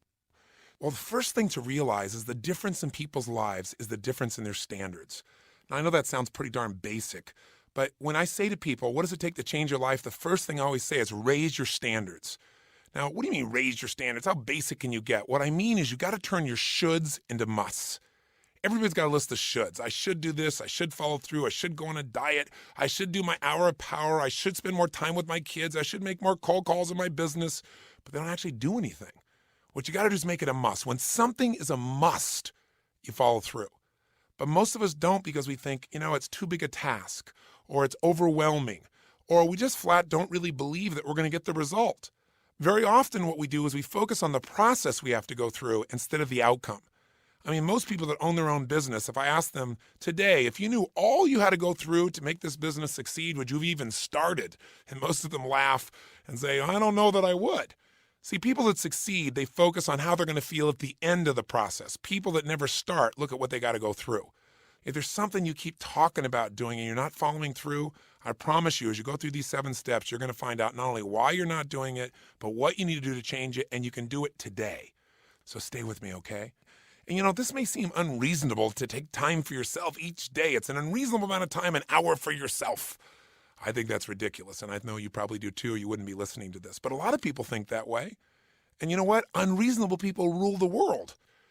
It's unreasonable to think a man could be locked up for 27 years against his will when he did nothing wrong. But Nelson Mandela not only went through that process, but came out on the other side and came out and said, no, let's work together to bring the country together. Anyone would have understood if he wanted to kill everybody who took a quarter of a century of his life.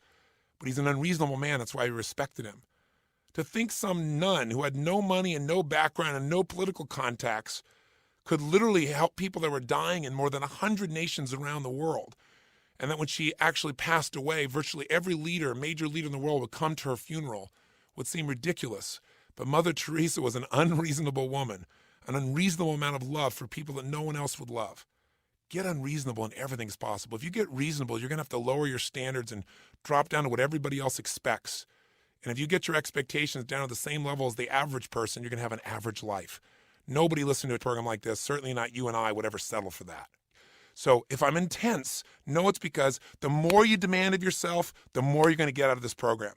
Because remember what we said? Only one thing creates an extraordinary life, an extraordinary mindset, an extraordinary psychology.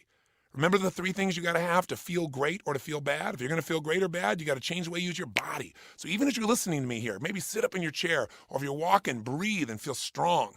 And second thing you got to do is focus on what it is you want instead of what you got to go through. What else you got to do? Give things a powerful, positive meaning. If you find something in these 7 steps you don't like about the way you've been believing and the way you've been acting, that's good. Don't beat yourself up. Just say, you know what? Now I know it, so I can change it. And thirdly, remember to watch your language, those language patterns.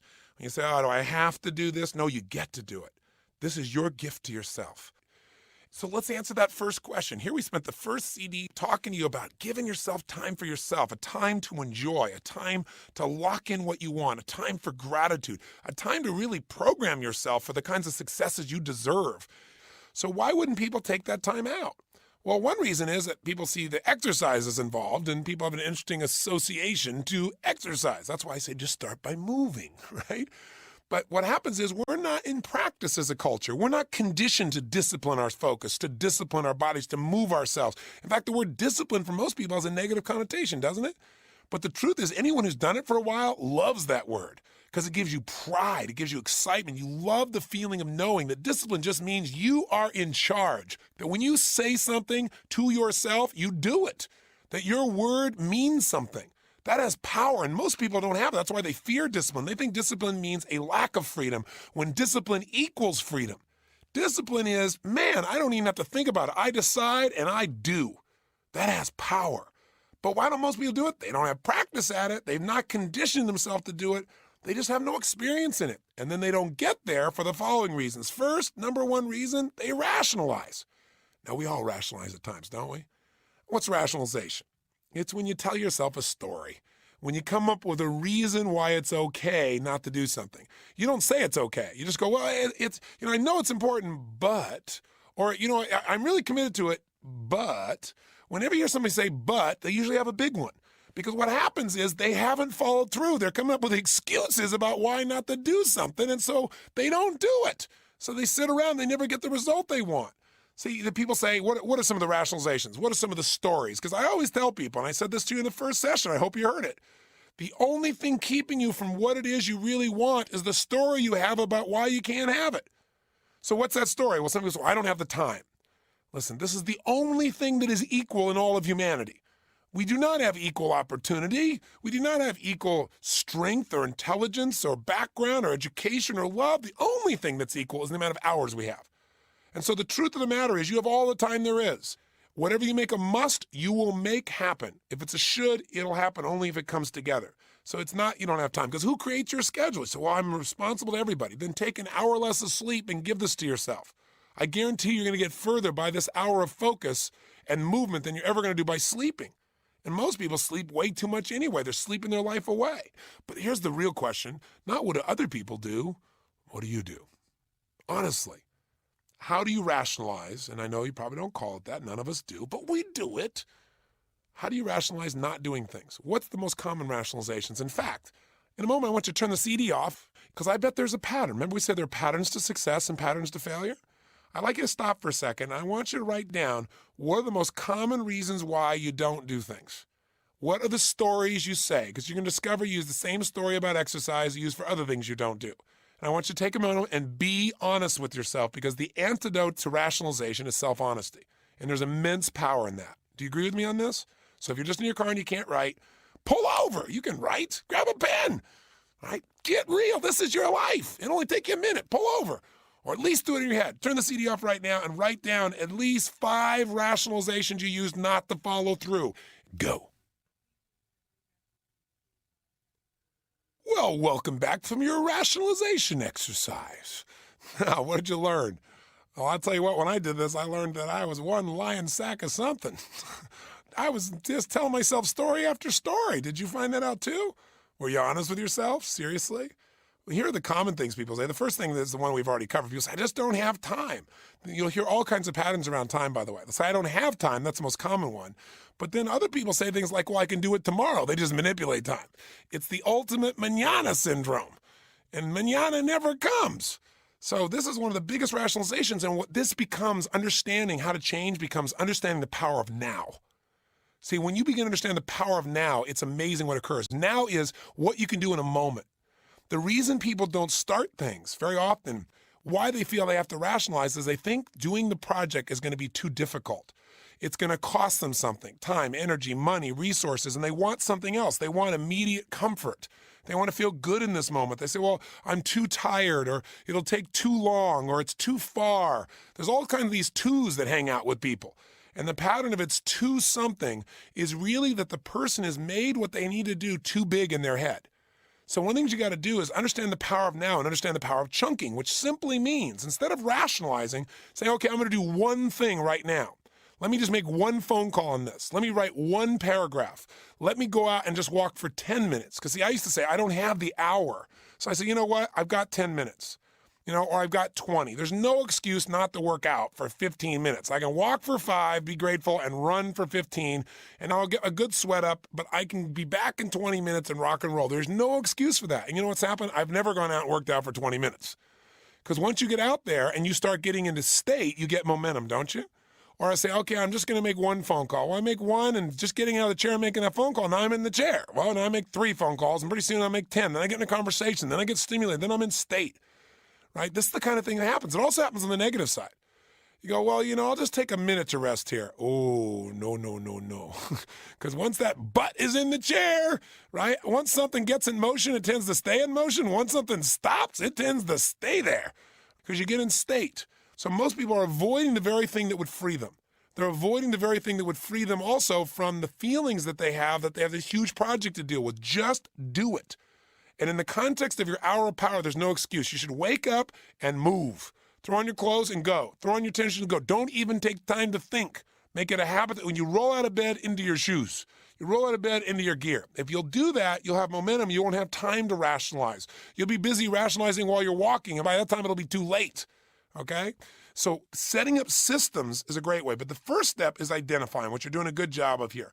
What is the story you're telling yourself about why you can't do this? It'll be better tomorrow. I don't have time. I'm too tired. It's too late. It's too far. It might not work. Or it might work, and then I'll be even more successful, and then I'll be even more busy, and I have no time. Whatever story you're telling yourself, drop the story.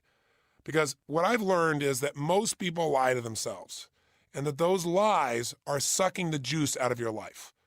Honesty, even if it's a little uncomfortable, creates freedom. And so the real freedom is when you can tell yourself the truth and you can act upon it quickly and not sit there and think about it forever. I remember I met General Schwarzkopf for the first time many years ago, and now he's a good friend. And when I first met him, I was talking about what is it that a leader must do? And he said, tell the truth. Tell the truth to himself, tell the truth to the troops. And that's what a leader's got to do, get people to tell the truth to each other. He said, because I got to tell you something, no organization, whether it be the Army, whether it be a business, or whether it be an individual, nothing gets better until you admit something's wrong. And no one wants to admit that because it sounds so horrible. No one wants to be wrong. But you know what? If it's not at the level you want it, it's wrong. If it's not the level that you'd be proud of, it's wrong. Because you deserve to have it right. Have it at the level you deserve. Living on the edge of what is possible. Living at the peak. Living life at that level of fulfillment. And that only happens when you stop telling the story, you stop rationalizing, you tell yourself the truth. Now, some people say, well, I'm not lying to myself. But what they're doing is they're using softeners. You know what I mean by that? Like, someone says, well, it's not that bad. It's a month till summer. I mean, I'm only a few pounds overweight. Or they compare to something else. They say things like, well, I'm much better than I used to be. So it makes themselves feel good. Because if you feel bad, you got to do something to change. And if you feel good, you don't have to change. You lose the drive. You don't want to lose your drive. Most people are constantly trying to make themselves feel good without actually changing anything. And when you do that, you train yourself to accept mediocrity. And mediocrity, by the way, doesn't mean compared to other people. Mediocrity is anytime you settle for less than who you really are. Because even though you may be doing much better than everybody around you, maybe people you're hanging around with are the wrong people to hang around with, and you just do it because it makes you feel good. It makes you feel good. It makes you feel good. The only thing that makes us feel good long term is living life at our level. I remember I met years ago John Wooden, the UCLA basketball coach, the winningest coach of all time in college basketball history. He won 11 out of 12 national championships, NCAA championships, and he won 7 in a row. I mean, the most anybody else has won in a row is 3 in a row of national championships. Now, this guy was a genius, and I'll tell you, he won more than anybody, but he didn't focus on winning. He focused on getting guys to tell the truth. He focused on eliminating rationalization. And the way he did it is he said, here's a real simple thing I want you men to know. At the end of every game, only you will know whether you really won or lost. And it will not be based on the points on the board. Because there's sometimes when you play nowhere near your potential and you beat the other team just because they're terrible or because you got lucky. And if you got more points on the board, but you didn't give your all, you're a loser. Because in life, what you give, you get to keep. And what you fail to give, you lose forever. He said, if at the end of the day, you got fewer points on the board, but you gave every ounce of your soul on that court, you know you can walk away the winner because they may have been lucky. They may have had more skill. They may have had a better team, but they didn't get more out of themselves. Winning and losing in life is an internal game, and it comes from telling yourself the truth. And if you do that, if every day you demand more from yourself than other people would expect, you give your all, you're going to end most often with more points on the board than the other team. So we got to tell ourselves the truth, and we can't use softeners. You can't say, well, I'm a little overweight, or I'm a bit robust. No, your butt is bigger than Chicago. You're fat. Tell yourself the truth, because until you do that, you have no reason to change. So the reason people don't change, number one, they're out of practice. Number two, they rationalize. They tell stories. They use softeners. They lie to themselves. Third reason is they got an ineffective strategy. Some people, they're willing to go for it, and they're not even rationalizing, but, they're running east looking for a sunset. And I don't care how positive you are. I don't care how committed you are. I don't care how high your standards are. If you got a strategy that doesn't work, you got a problem. And let me tell you, the number one thing that doesn't work for people, since our first focus here to get an extraordinary life and extraordinary psychology is get an extraordinary body, right? And if you're going to have that extraordinary body, you got to have this time to make it strong every day. Increase that metabolism. Feel that feeling of power and passion in your body. But you know what most people do? They want to look good, and so their primary strategy is change their diet, and they do that alone. Diet alone is never going to give you the level of health you deserve. It's a critical component. But diet alone is not enough, because what happens when you diet? Well, a very simple thing occurs. As soon as you start to diet, what are you doing? You're depriving yourself. Well, as soon as you deprive yourself, guess what happens? The body's not getting as much, so it starts to use some of the fat built inside of you, and sure enough, you start to lose weight. Step 2. But after you deprive yourself and lose weight for a while, there's a point when you get sick of depriving yourself, so what do? You binge, step 3. And when you binge, what happens? You gain back the same weight, usually a few pounds more, because when you go on a diet where you're limiting your calories, one simple thing occurs. The body knows it has to conserve its energy. So what it does is it gets better at storing fat. So when you finally go to eat, your metabolism is dropped. It takes less food for you to gain fat faster. That's why 5 days out of the week, you got to have your hour of power. You're out there moving, exercising, sweating at least to level 7 so you get that energy up. That's why you want to build some muscle in your body. That's why it's critical. Don't you deserve to create the rituals that for a lifetime will give you the health, the vitality, the energy you deserve? You won't get it by rationalizing. You won't get it by softening. You get it by telling yourself the truth and getting your butt in gear, but also making a strategy that works. Now, by the way, let me tell you why most people don't make the change besides the rationalization. They get hooked in another pattern. And that pattern is they get in what I call the pressure cooker. The pressure cooker is, here's what occurs. People don't change. So things get worse until finally it gets so bad, you got to change. And what makes it so bad is you get so much pain. One day, you can't pick up your own telephone calls because you're afraid it's going to be a bill collector. You get to the point where you can't get your butt to squeeze in the regular class seat on the airplane without having your ability to breathe impaired. Something occurs that finally pushes you over the edge. You go, not another day, not another moment. You get so much pain, step 1, that you take step 2, you take action. Now, when you take action, you go to step 3, you get results. You start to lose weight, as an example.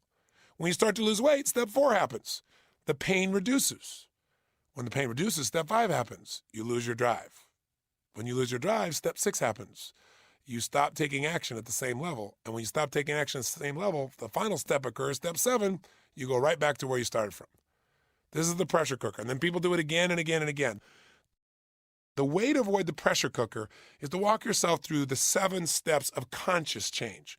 And these 7 steps we want to use right now so that you really implement your hour of power, so you keep that advantage to your life, you keep that edge, but also so you get that extraordinary experience of connection with yourself, that time with yourself. Also, these would be the same 7 steps you'll go through to make a dietary change. So let's get to them real fast. Here they are. They're really simple. Number 1, get disturbed. Now you might say, get disturbed. That doesn't sound like a very sweet first step, Tony. Well, it isn't sweet, but it works. Because we can't possibly change unless we get ourselves disturbed enough that we're going to do something about it. What it really means is get honest with yourself. Don't use any softeners. Don't use any rationalizations. Don't compare yourself to other people so you can feel okay. Don't compare how you used to be and say, look, I used to be worse, so it's not that bad. All those things will steal away your drive. See, if you really wanted to get disturbed and you feel like you're overweight, then rip off your clothes right now and look in a full-length mirror, and then turn around and look at the parts that you never want to see. You know, the parts that are scaring the family? Come on, let's be honest here. You know, you've got to see this stuff, and you've got to be truthful, don't you? Because if you're not truthful with yourself, you can never have the energy to change. You've got to get disturbed. You finally say, no more, not another minute, not another day. If you're not willing to go for the full naked approach, you could put on some clothes that you used to wear and look in the mirror and feel the tightness. See, anything that can make you move. Now you say, well, my problem is not overweight, Tony. Then look at what you're missing out on because you haven't followed through, because you haven't made the decision, because you haven't spent the time with your kids, because you haven't been there having some date nights or some special time with the person you love.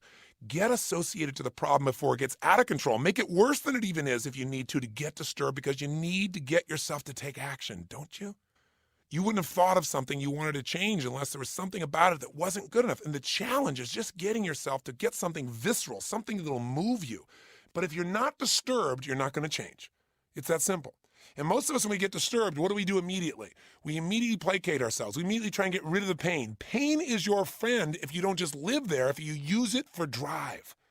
See, there's a reason you begin this pain. It's a signal to your nervous system saying, this isn't working, you must do something. But what we do is we pop an aspirin or a drug or smoke a cigarette or eat some more food or distract ourselves with TV. We find some drug of choice that's acceptable in society or in our peer group, and we kill the pain, and therefore we kill the drive. Drive is your friend. You will only have drive if you are disturbed. Get disturbed by getting really clear with yourself. When you have hunger, you'll move forward. I don't mean physical hunger. I mean a hunger for something deeper and richer.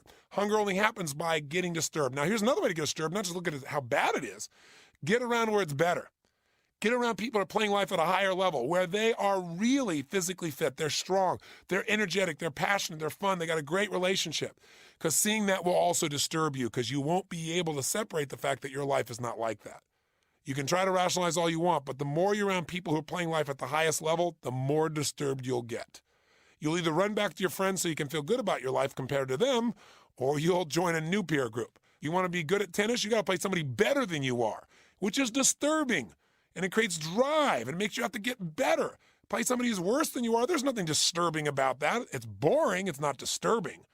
And staying where you are is boring. So you got to get disturbed. Now, if all you do is get disturbed and get all stirred up, that's not going to be really good. And after a while, you're going to want to escape that. So you got to turn that feeling of being disturbed into drive. And the way you do that is while you're disturbed, step 2, you make a real decision. And that decision requires that you not only decide just what to do. Some people get disturbed about, let's say, their body, and so they go, okay, I'm going to run 22 miles. They make a decision. But that's not what they want. They don't want to run 22 miles. That's the game plan. See, everyone who's successful has what I call an RPM plan. This is part of what we teach in the time of your life. An RPM plan means a plan that has 3 answers to 3 questions. Number 1, they know what result they're after. That's what the R is. They know what they want. The result, the specific result they're committed to.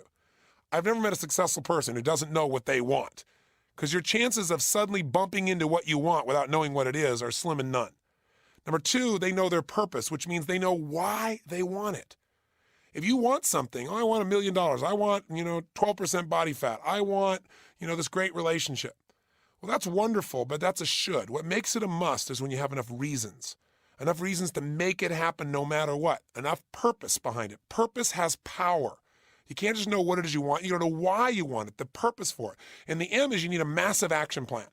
And a massive action plan means lots of ways to get the job done. Because if you say I'm going to run 20 miles, and then you get to about 3, and you can't go another step, and then all of a sudden you're tight as heck, now you're going to go, well, I can't run. Well, your purpose, your outcome was not to run. The result you're after wasn't running. It was to lose 20 pounds. It was to be energetic. It was to have your energy increased. So you're focusing on something you can't do instead of saying, I can lose the weight still because I must. Here's why, and here's my plan.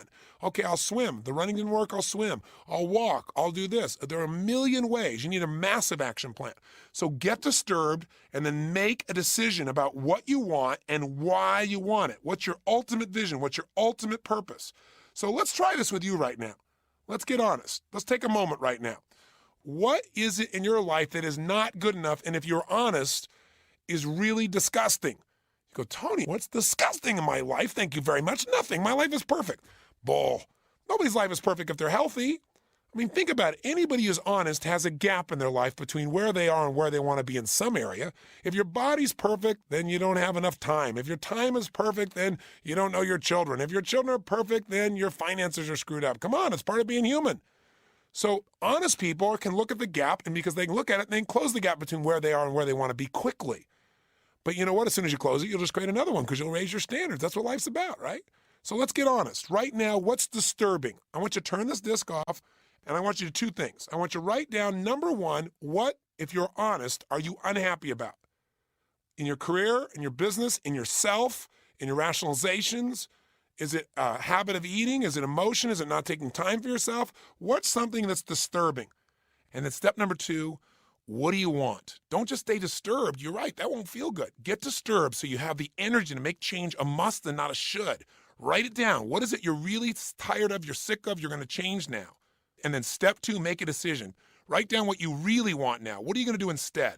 The result I'm committed to doing instead is this. I'm going to feel this way. I'm going to change my state. I'm going to stop telling my story. I'm going to schedule this time with my kids or with myself. I'm going to work out. I'm going to hire a trainer tomorrow.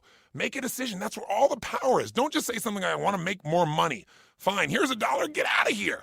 Don't say, I want to lose some weight. Fine, lose a pound and get out of here. You've got to be specific about what it is that's disturbing you, why it's disturbing you. And then secondly, write down what are you committed to now and why. Then turn me back on. Go. Do it right now.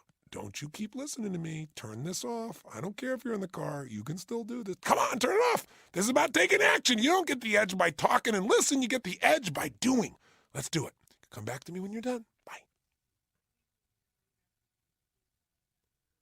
Okay, welcome back. Now, what did you learn and what did you experience? I had some people here in the studio while we're doing this tape. I asked them to do the homework and see what experience that they've had. And they said it was a bit painful. I hope it was for you because, two things drive us in life, pain and pleasure. And what you're really doing in this process is by discovering what disturbs you is you're tapping into the power of pain when it's used intelligently, when it's used with your capacity to create drive. Remember, if you don't get disturbed by anything, something that's undisturbed is not going to move. It's certainly not going to make it through the obstacles that are necessary to achieve something of significant value for your life. So once you do that, though, you don't want to just be disturbed, as I said. You've got to now focus on, okay, this is not good enough. That's good. That creates energy. Now that it's not good enough, what do you want? Because if you stay focused on what you don't do, what you're not following through on, what you're unhappy about, then all you'll do is continue to rotate through the emotion that makes you disempowered. So you got to get clear on the result and get as specific as possible and then know why you're going to follow through, why it's a must. Now, let's take a couple of examples, typical things that I hear and some things that we actually heard here in the studio as well. One person here said there were actually two things that were disturbing him. He said the first one is that he's got this great workout equipment. He spent all the money and all the energy to make sure he got the very best stuff. He configured it, organized it so that it was ready to go, but he just doesn't work out. The reason is he goes through all those things we talked about earlier, right? All the stories about he doesn't have time. I'll get to it tomorrow. I said, but what's really disturbing about it? So what's disturbing is that it's inconsistent with me as a person because I'm an achiever. I make things happen. And he said, I'm not following through. And he said, what's really disturbing, honestly, is I know I'm not doing it because I'm getting older and I realize I don't have the same capacity as I used to have. And I refuse to grow old, so rather than face the fact that maybe I'm lifting a little less or I have a little less aerobic capacity than I had before, I just kind of say, I'll do this tomorrow.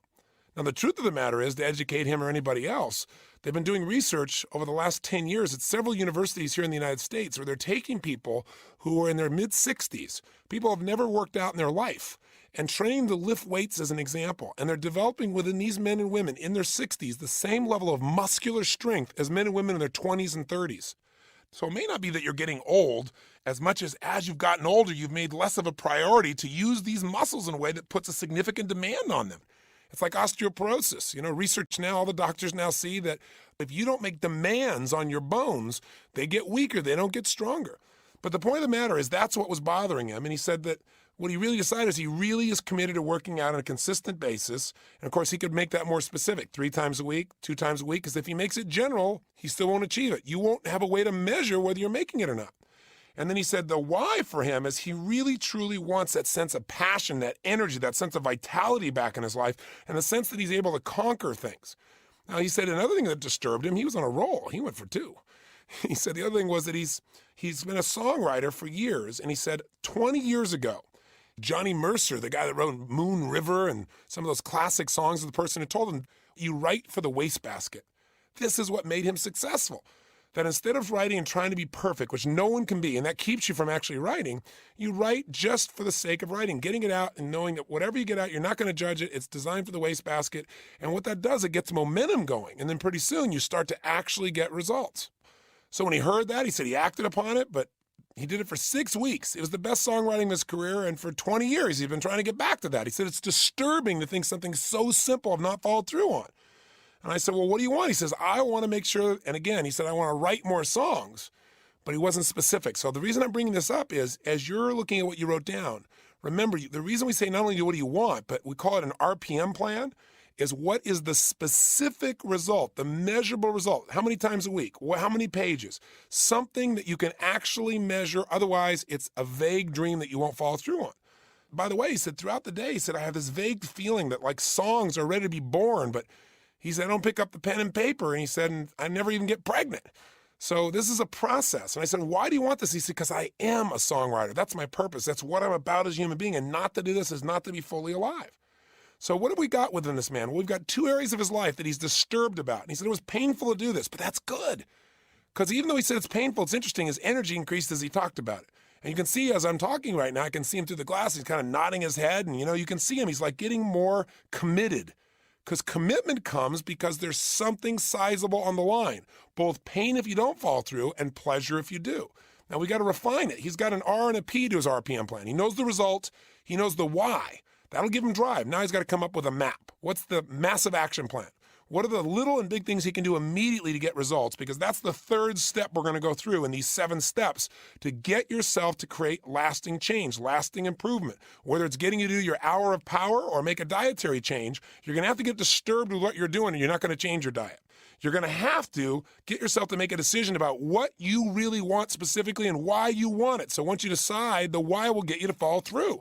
And then step 3 is you've got to come up with a real plan.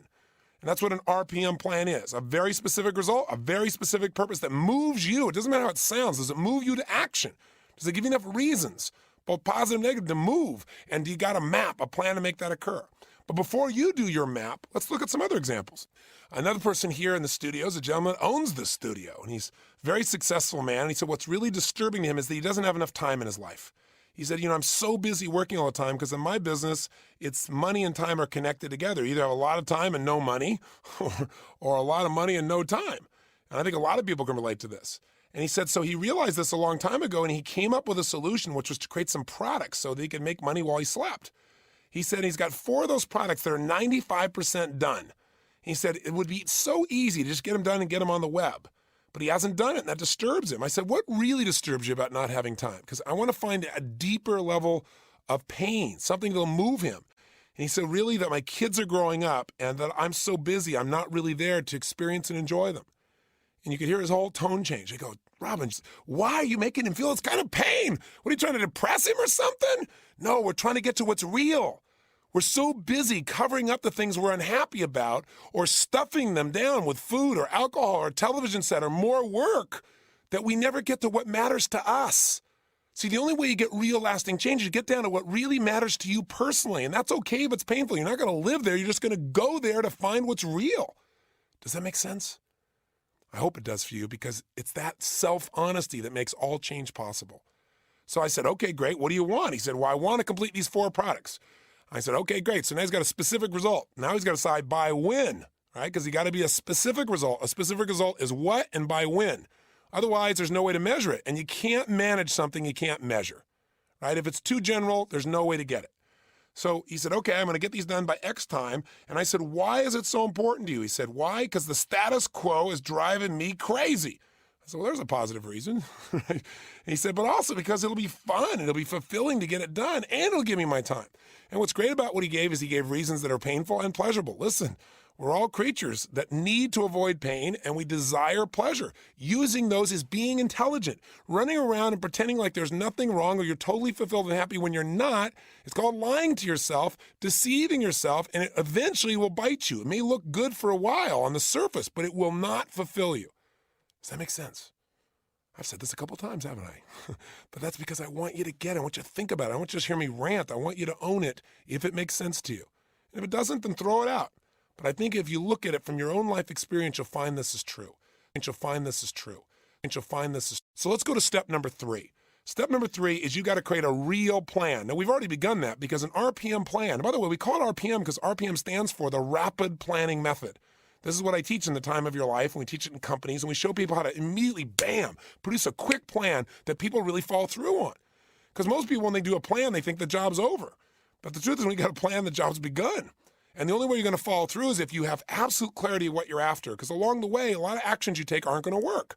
So if you think the action is the goal, like we said earlier, if you think running 20 miles is the goal rather than losing 20 pounds, well, then if something interferes with your ability to run, then you can't achieve the goal. You got to make sure you know what you're after and you can change your approach to get there. And you got to know why you're after it, because when the going gets tough, the difference in following through or not is having enough reasons.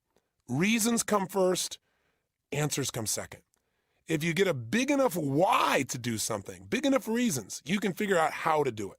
So you might want to juice up the result you wrote down. Like, this is what I'm after. Maybe be more specific. By when? And you might want to write a few more reasons, but then I want you to step 3. I want you to draw out a map. And when I say a map, I want it to be very simple and specific. Just write down anything first that you could do to achieve that goal. Instead of trying to be perfect again and saying, well, I got to do this first and then this and then this, that makes it hard. Just brainstorm. Anything you could do. When you're done with that map, you're going to asterisk the things that you think are musts. Meaning, you might come up with 10 or 15 things you could do to achieve that outcome.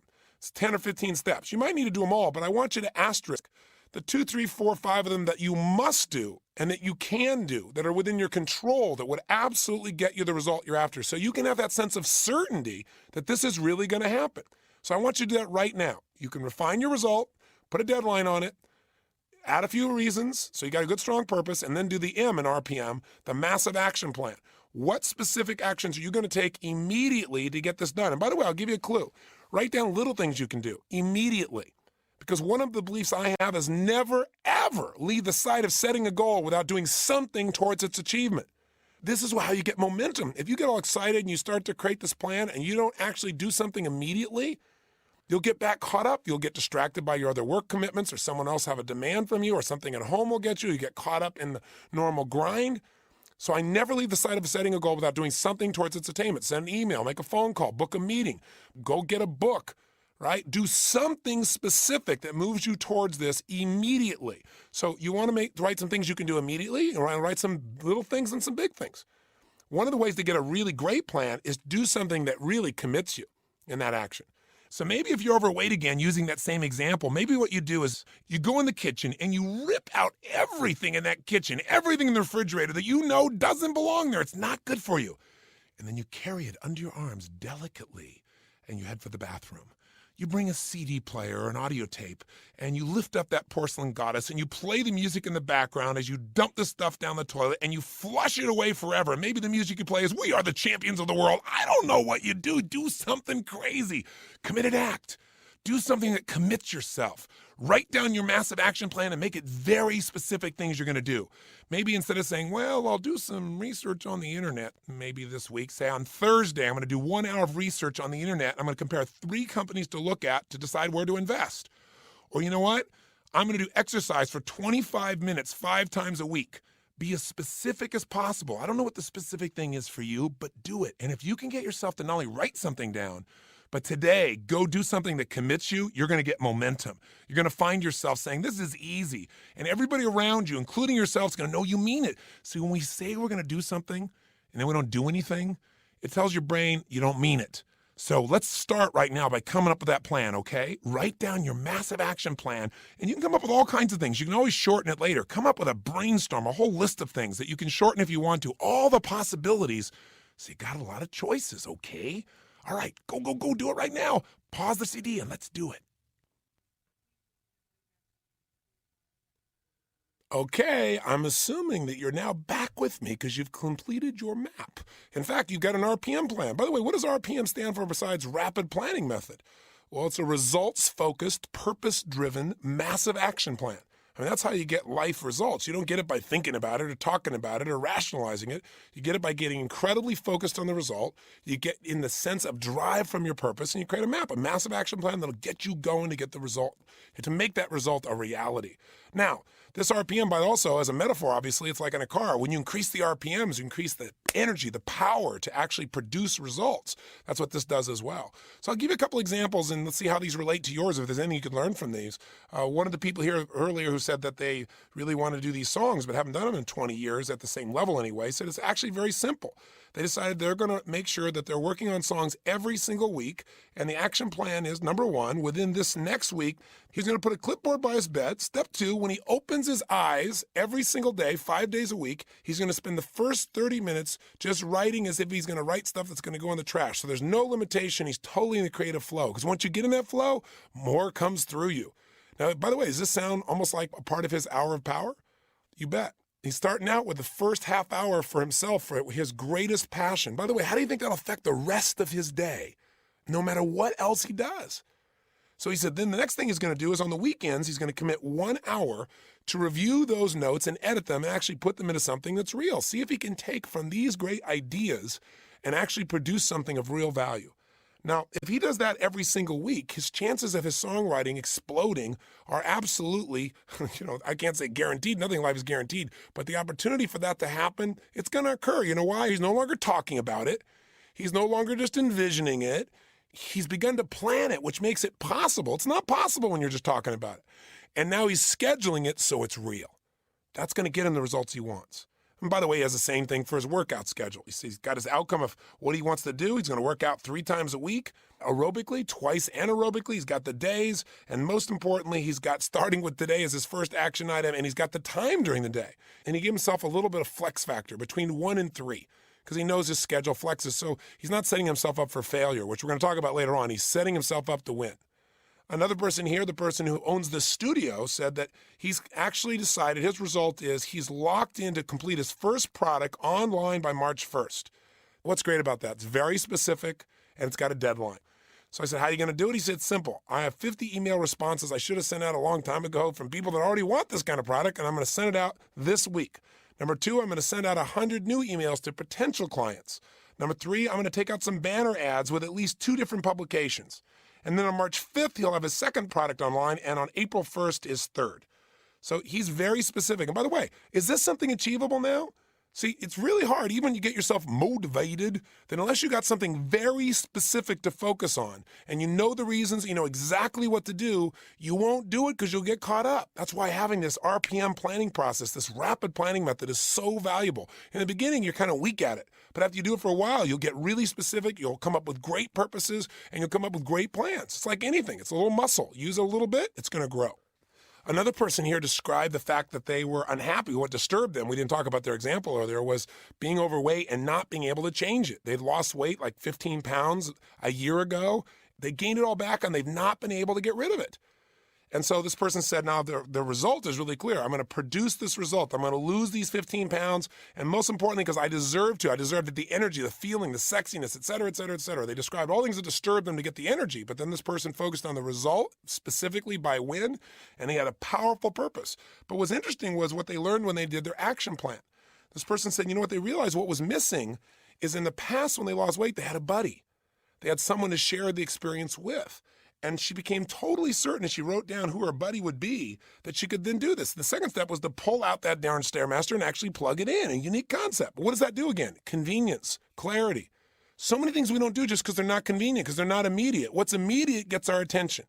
So she's taking that out, making that happen. And then she has a date by which she's going to make this all happen for each of these specific aspects. But I want to point something out here, and we're going to talk about this later on when I talk about really setting yourself up to win. which is one of our principles. But as long as it's being said here, I'll tell you this. Both of these people found something that they know will work because they modeled their successes from the past. You see, for this woman, she was able to lose the weight when she had a buddy, and I'll explain a little more why that worked later on, other than the obvious. The gentleman with the songwriting wrote a song that was on a TV show more than 20 years ago. But he stopped doing this, and he hasn't had that kind of result in his songwriting since then.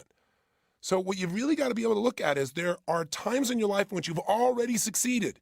And you need to go back and model what you did and putting together your action plan, because then you'll have certainty it will work. One of the things I do in one of my seminars is I have people write down everything in their life that's here today that once was a dream, once was a goal. Things you may now take for granted, like, the person who's now in your life that you hoped at one point would go out with you, or the job you now take for granted that at one point you were wishing for, or the business that you now own and you're complaining about that one time in your life you would have prayed for. And then I have people write all these things down, and then I say, okay, now, circle one or two that really seemed impossible. Now write down how you made that happen. And what you begin to see is that there's a pattern, and the pattern is similar to what we talked about. Something disturbed them. They may not have been upset. Disturbed sometimes is they saw something that disturbed their status quo. Instead of being comfortable, they wanted more. It didn't have to be painful. Sometimes you're disturbed because you see something great and you want it. That's disturbing too. What's disturbing is you don't have it. That's a good thing. So someone said, I really want my own studio. I don't want to work for somebody else. This is what I want. This is the kind of life. I want to have it on my terms. But then what happens is you get disturbed, you get specific about what you want, you get enough reasons to follow through, you come up with a plan of action. You may do it consciously or unconsciously, and you get the psychology together, make it happen. You take massive action, you get results. But then we forget how we did this stuff. And then what happens is pretty soon there's a big gap between where we are and where we want to be, because it's natural that once you achieve something, you want more. So you want to make sure you get your plan here. Create a little map. Hopefully these ideas have triggered you a bit. And remember, if you want to take some action on something, like you want to master your health, then get a coach. We got coaches here. Get the Living Health product. Look at something that will guide you step by step, day by day. The more specific the coaching, the more powerful you're going to be to follow through. And if there's someone physically there to follow up with you, then you can't make excuses because there's somebody else you're talking to other than yourself. It's so easy to talk yourself out of anything. But when you have a result there you got to make happen, it changes. So if you don't get a professional coach, in order to make your plan work, get a buddy, get some leverage. Make sure that someone else knows your plan, so you can't just create a plan and not follow through. Okay? Okay? I know I'm a little nuts, but I really want you to get results, because guess what happens as soon as you come up with a plan? Opponents show up, don't they? Yes, there's 3 kinds of opponents. If you read any good story, you watch any good movie, as soon as the main protagonist has this desire and they get excited about it and they come up with a plan, then sure enough, opponents come to oppose it. That's what creates drama in your life. And there's 3 opponents. Number 1 is the external opponents. That's going to be all the other people. They're going to call you in the morning, or, by the way, if you want to do this in the evening, obviously you can do this evening, or at your lunch break. You can do this hour of power at whatever time works for your schedule or for your body. But the ideal time, again, is in the morning. But the point is, the minute you try to do this, the opponents show up. The phone starts ringing first thing in the morning. There's all these other projects, all these other demands that all want your time and attention instead of giving it to yourself. And when you come up with a plan, the same thing happens. All kinds of resistance will show up. And if it's not from the external opponents, it'll be from the intimate opponents, the people close to you who love you dearly, but they don't understand. You got to have time for yourself. Your kids want this and want that, but if you don't take time for yourself, there's not as much of you to give them, is there? Same thing for your spouse. The people around you, your friends who don't understand why you can't talk to them right now. Take those friends on a run with you, on a walk with you. Get them to do the hour of power. I love to do this with my lady. It's one of the great things we share together. We do it side by side. And then after our end, we share our celebration. But also there's the internal opponent. The parts inside of you that are conflicted, saying, yeah, I really want to do this, but I also want to do that. You've got to put the opponents at bay. And the only way to do that is discover what are the beliefs, which is going to be our next step. What are the beliefs that are conflicting you? What are the beliefs that are stopping you? See, whenever you're upset about something, it's because of the beliefs you have. Beliefs control behavior. Whatever you do it because of your beliefs. And you may not know what those beliefs are because often they're unconscious. So we're going to discover the beliefs that may be holding you back and the beliefs that will move you forward. But I have to say this to you. You've been extraordinary. You've listened to me babble and dump the whole load on you at an incredibly intense pace. Something that most people would go through a seminar for, you've been doing in this results workshop. So I want to give you a chance to have a victory right now if you want to limit your time today. So if you want to stop now just for today and start tomorrow with beliefs, you're welcome to do so. But let's remind you, here's what you've done today. You've gotten clear. You've got to get disturbed. You can't accept things. You can't make it, it's okay. You got to say, never again. This is done. Not within a minute, not within a day. This is changing. Step 2, you got to make a decision about what you do want. You don't want to just be upset. You want to be sure what you're after. Something that'll get you to stay up late, get up early, and really go for it. Something that drives you. And then thirdly, you got to come up with your initial plan, that massive action plan. We don't get excited. We don't change things by a little action here or there, or trying something. We do it by just going full force at something and taking some massive action right now. So today, if you want to, take some action right now. Review what you've done in your journal. Take an action today. Turn the CD off. Or if you're one of those people that just can't stop, that wants to complete this workshop right now, that's as insane and crazy as I am, then continue to listen to this CD, and we'll go to step number 4. And that is, you've got to change your limiting beliefs. First of all, what is a belief? We think of a belief as a thing when a belief is really a feeling. What a belief is a feeling of absolute certainty about what something means. If you believe beyond a shadow of a doubt that if I invite you to walk across fire, you're going to burn, then there's no way you're going to get yourself to do it. But if you're familiar with my Unleash the Power Within weekends, then you know for a fact that we've had literally 750,000 people from every age, from 7 years old to 87-year-olds that have crossed this fire. If the only thing stopping us is a belief. See, if you don't believe you can ever get yourself at 6 a.m., you're never going to. If you believe you have to have 8 or 9 hours sleep, you're going to make sure you get it because you don't believe you'll function without it. As you believe, so is it done unto you. Sound familiar? Whether you believe you can or whether you believe you can't, you're right. Because when you feel certain about something, you're going to find it. You're going to make it happen. If you're certain that you can't succeed, you're going to look for all the reasons why you shouldn't even start, because who wants to fail?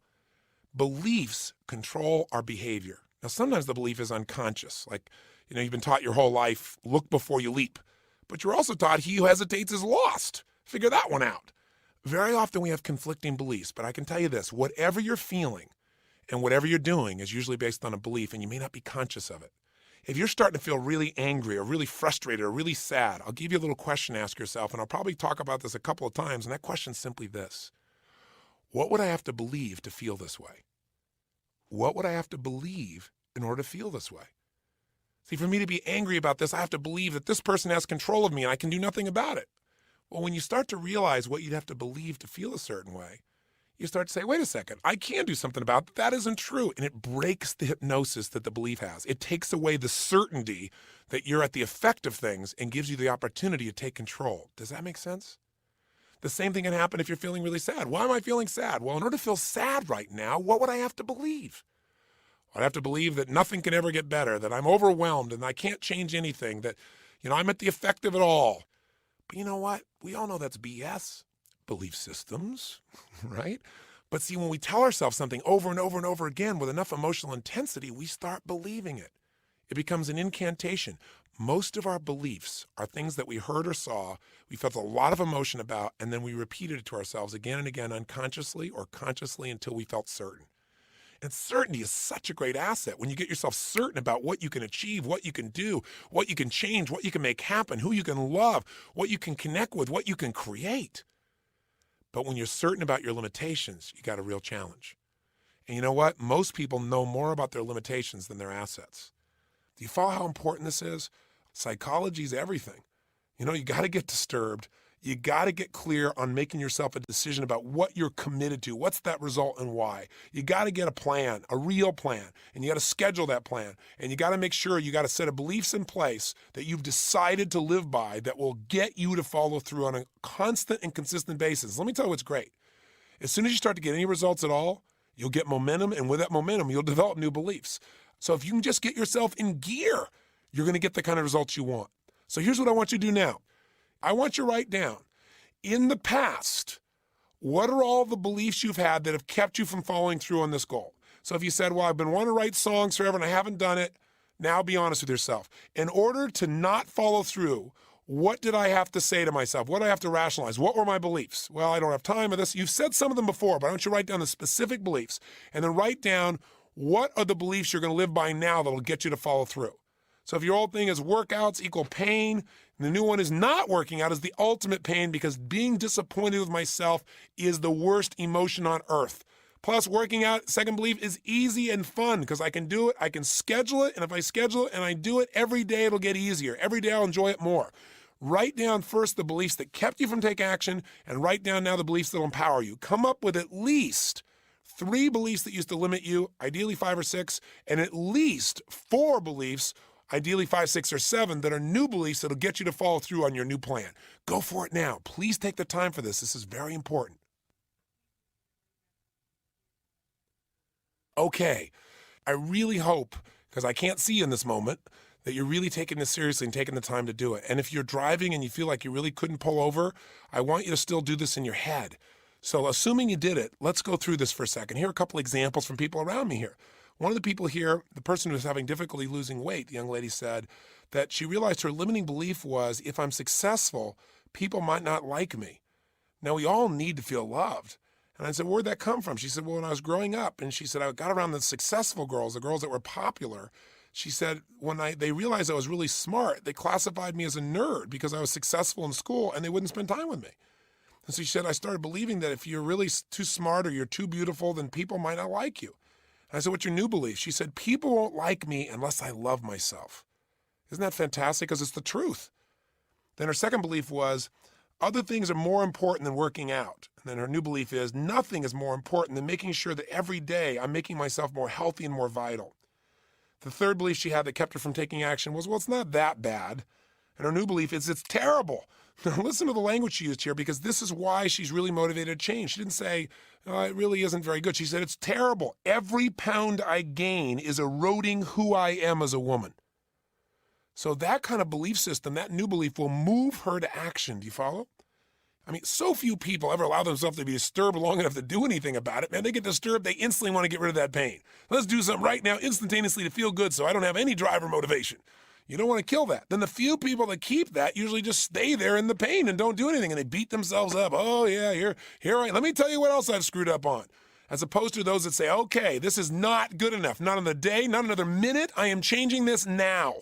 And then in that mode, they then get focused on the result. They don't focus on the past. They focus on the future they're going to create now. And they focus on why, so they find that drive. So few people do that. It's a joke. That's why so few people ever achieve. And the few that might do something like that rarely come up with a real plan. And then even if you get to that level, here's why most people never get any results, because then their old beliefs take over and wipe out the plan. Do you understand why we've taken the time to do this now? It's so important.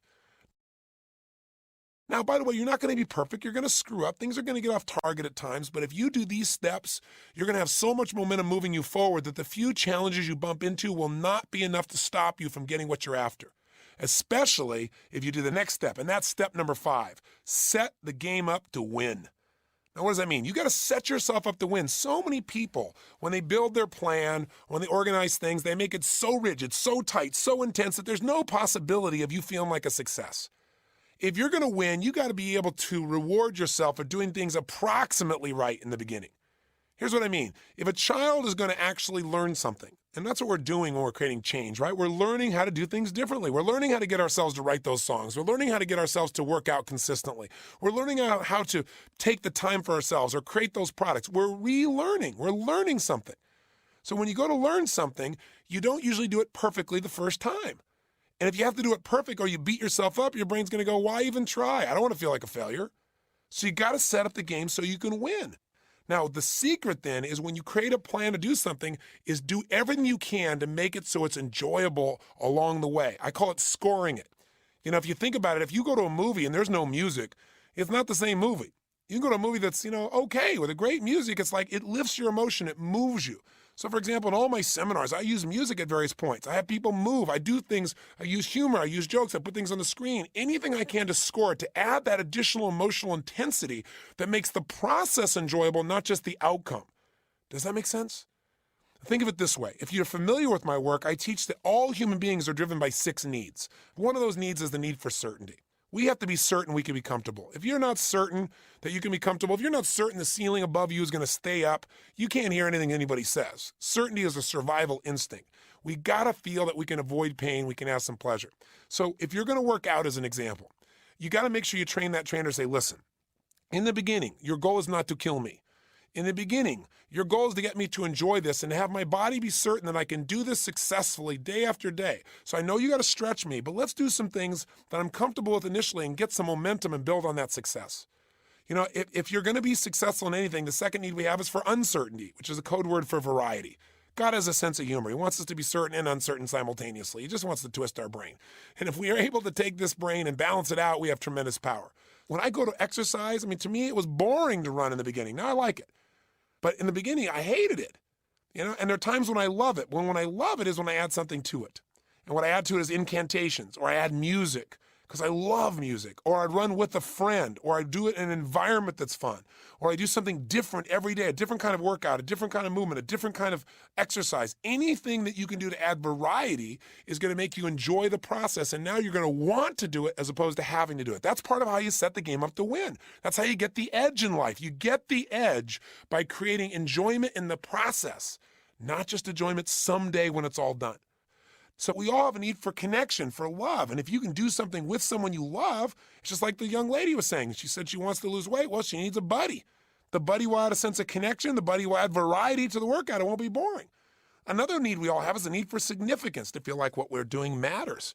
Another need we have is to grow. So if you measure your progress, you'll be excited about it. If you only measure it one way, though, like how many pounds you lose, forget it. So maybe what you do is you make a chart of emotions, and you have, you know, bored, tired, angry, frustrated, overwhelmed, and then you go to the other side and you go, you know, calm, comfortable, happy, excited, euphoric, passionate, and maybe you put a little thing at the bottom, day 1 through 31, and then you just chart 2 or 3 times a day. You write down the time of the day, and right, here's where I am, and you mark it, and you chart. As you work out, what happens to your emotions? As you do this morning ritual I told you about, this hour of power, chart where you are after you've worked out. Chart where you are when you don't work out. It'll be real obvious. You'll see you're way up at the top in the peak levels of life and the peak emotions, right? The upper levels whenever you do these things to your body, and you'll feel the lower levels when you're not. Measure more than just weight loss. Measure anything that can give you growth. I mean, we all have that need to feel we've grown. So the more you measure things, the more you reinforce it, the better you feel. And finally, contribution. If you can find a way that by working out you're contributing, most of us will do more for others we care about than we'll ever do for ourselves. So there's so many ways to meet your needs. You want now to say, whatever the tasks are at hand, what do I need to do so that I enjoy the process? What can I do to score it? If it's working out, can I add music? Can I work out with a buddy? You know, can I pray while I'm doing this? Can I do incantations while I'm doing this? What can I do so I'm comfortable? So what can I do so I have different kinds of workouts, so I have variety? What can I do to meet some of these needs so I enjoy the process?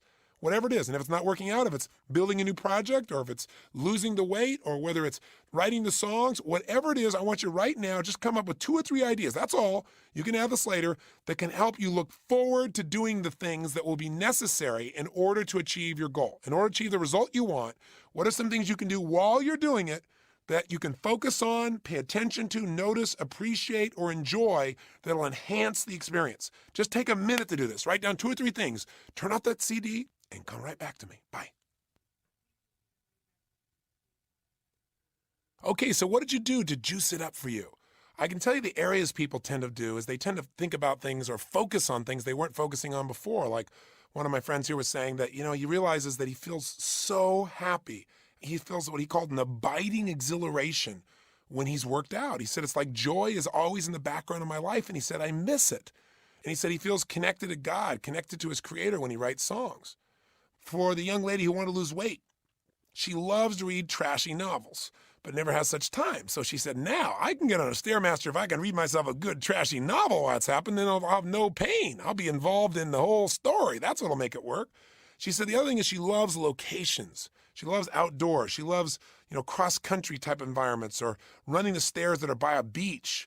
She said, or some really intense terrain. She loves both the view and the difference in the terrain, the variety and the challenge of that makes it significant for her. So those are some things that she added to her list. So all of us can juice things up. The more we juice it up, the more we set up the game to win. Here's the last 2 real quick. Step number 6, take massive action. And when do you do it? Well, when would now be a good time? Right? You don't want to wait now. So often my kids will say something like, you know, we ought to do X. And I'll look at them and say, when would now be a good time to do that? And they look at me, they get a little quizzical look on their face, and they start to smile, and they get the message. Right? Now is the time. There is no time but now. The power is in now. The power is not in the future. The power is not in tomorrow. The power is in this moment in which you act. And I've already said the things I'd say under this principle, but I'll just remind you, knowing that repetition is the mother of skill. Never, never, ever, ever, ever leave the sight of setting a goal without doing something towards its attainment. And the more massive the action, the more committed you are.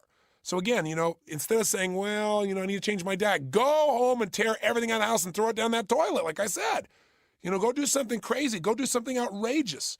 Do something you would never normally do that will commit you to following through. Burn the bridges behind you so you have to move forward. This has power. Nothing great happens by having little goals with little action. You got to have big goals. That's what inspires you, and big action that makes it possible. And I'll tell you, massive action doesn't mean it has to be a lot of work.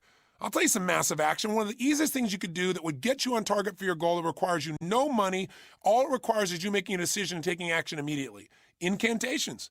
When you state a phrase over and over again out loud using your entire body in the emotional state you want to feel, you literally condition your mind and body to experience it. So for example, if you want to get your body in shape and you start to create a phrase, it doesn't even have to sound good. I'm a lean, mean, fighting machine. I'm a lean, mean, fighting machine. Or, I'm a fit, lean, mean, fighting machine. I don't know what you want to say. Or every day in every way, I'm getting stronger and stronger. Every day in every way, I'm feeling happier and happier. And you say that for 45 minutes while you walk or jog or run. You talk about massive action. It's called massive conditioning. You can't just get rid of a negative belief. You got to replace it. You could just incant your new beliefs, the beliefs that you wrote down earlier. You could just say them again and again and change the emphasis. So change the state. Say it with pride. Say it with strength. Say it with a smile on your face. Say it with laughter in your heart. Say it as if God was guiding you. By changing the emotion, you change the impact that you feel inside your body. And you literally begin to condition yourself for more action. Again, you get momentum. Massive action creates momentum. Massive action is the cure-all. Massive action doesn't mean you have to do 5,000 things. It means do something. And if it's something big and you go after it and you make progress of any sort, it's going to reinforce you because you're going to see that the big problem is not as big as you thought in your head. Things are always bigger in your head than they really are. Tackle it. Make it real. Do it right now. So if I said to you right now, there's one action you're going to take, a small, simple action and a big action that's going to get you going. Something you could do like a quick phone call, email, and then something that required time, energy, or money, or a big effort. You're going to go out and you're going to take that car of yours and you're going to blow it up so no one has to drive it. So you've been embarrassed by it. Your kids are embarrassed. You're going to commit yourself. I don't know. What's a big action? What's a little action? Turn off this program just for a second and write down those two things. Go. This is a pretty cool process, isn't it? You know why? Because this is really a results workshop. This is how you get results. No more talk, no more just getting inspired. Let's get down to it, and let's make it fun. Now, what were your actions? What did you come up with? Did you come up with a little one and a big one? I'll give you some examples from the people here. For John, our producer here, who wanted to make sure he got his songs going and start working out, he said 2 simple actions, immediate. Number 1, the minute he goes home, he's going to grab the clipboard and he's going to put it right on his pillow. So he can't miss it, and it's just an absolute commitment. This is going to be, it's so easy, but it'll make it happen. And he said the second thing, which is a big thing for him because he hasn't worked out in a while, is he's going to put on his gear instantly with no delay, go right in there and get busy. Those 2 things will get him momentum. Once he gets in there, he'll feel good. The hardest part of working out is getting in the gym. Once you start working out, you get momentum. It's just like anything else, and it feeds you because it feels good to move, right? Next, the young lady want to lose that weight. She said the first thing she's going to do is she's going to call her friend Shannon, and she's going to schedule this Saturday to run those big stairs by the beach. Second, she's going to get rid of what she calls her big girl clothes, which is the stuff she hangs on to because she's overweight during the summer. And she says, I'm going to give it away now so that by summer, when summer comes, I have nothing else to be wearing, so I have to be thin. Great massive action. Fabulous. And for my friend here who's the engineer, he's going to immediately schedule his weekly meetings with his design team down in the gas lamp district because he said it's so motivating for an artist to be there. And he said, that'll be so cool. It'll stimulate us. We'll be going. And then the big one is, he said, as soon as the first product's done, I'm going to take my team to the Somo district in San Francisco. That's south of Market for those not from the Frisco area, or as they call it, the city. If you call it Frisco, they know you're not from the area. But the point is, he's going to take his whole team up there so they'll be inspired and they'll be rewarded and everybody's got something to look forward to. So this is the kind of thing that gets momentum going. So here's the final step. Step number 7, use the 7th power. You go, step 7, 7th power? Is this designed to confuse me? Yes, it's designed to sound mysterious because we're coming to the end of the workshop and you have to add a little zest in here because, while we've got an action plan here, it's pretty basic. So you have to make it sound really special, the seventh power. But my seventh power is this. Everybody in life has standards for themselves, but we all have certain needs. And one of those needs we talked about earlier is the need for love and connection. One of those needs is the need to feel like we're significant or important to the people around us. And the people that have the power to make us feel loved or unloved, the people we give that power to are the people we call our peers. Now, for some people, the peers are their family. For some people, the peers are their friends at home. For some people, they have their peers at work. But anybody who you care how they feel about you has the power to influence the way you think to some extent.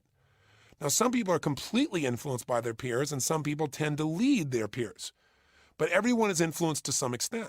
And the reason is because we all want this love and connection. So when I say that most people's lives are a direct reflection of the expectations of their peer group, here's what that means. If you have a peer group of people who you care how they feel about you, and they have a lower expectation for what they want for their body, for example, let's say they're comfortable with being overweight, then if you have a higher standard, it's going to bother you to see that they're overweight. But because they're your friends, you don't want to make them wrong all the time, and that would feel terrible. You love them. Plus, they don't want to feel like they're not significant either. So they're not going to try and pull you down because they don't love you. They're going to go, hey, it's just one piece of chocolate. Come on, it's just one more bite. Come on. Oh, stop being so rigid. And all they're doing is trying to make sure they don't lose you. Because everybody senses that if you have a higher standard, that they're not as important. If you have a higher standard, they feel less significant. If you have a higher standard, you might not feel as connected. So people become vested very often in bringing you to a lower standard of where they are. Now, the opposite happens. If you join a group of people that have a higher standard than you have for your life, just to stay in that peer group, you have to raise your standards, don't you?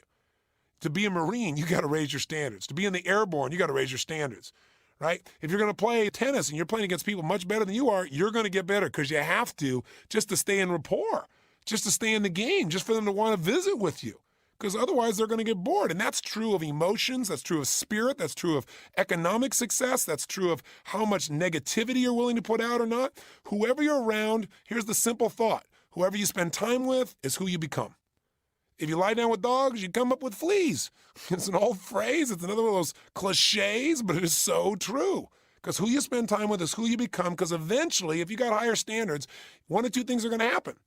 Either you're going to get them to raise their standards and you're going to lead them to a new level, or you're going to get frustrated, burnout, tired, or going to comply with their standards sooner or later out of your need for love.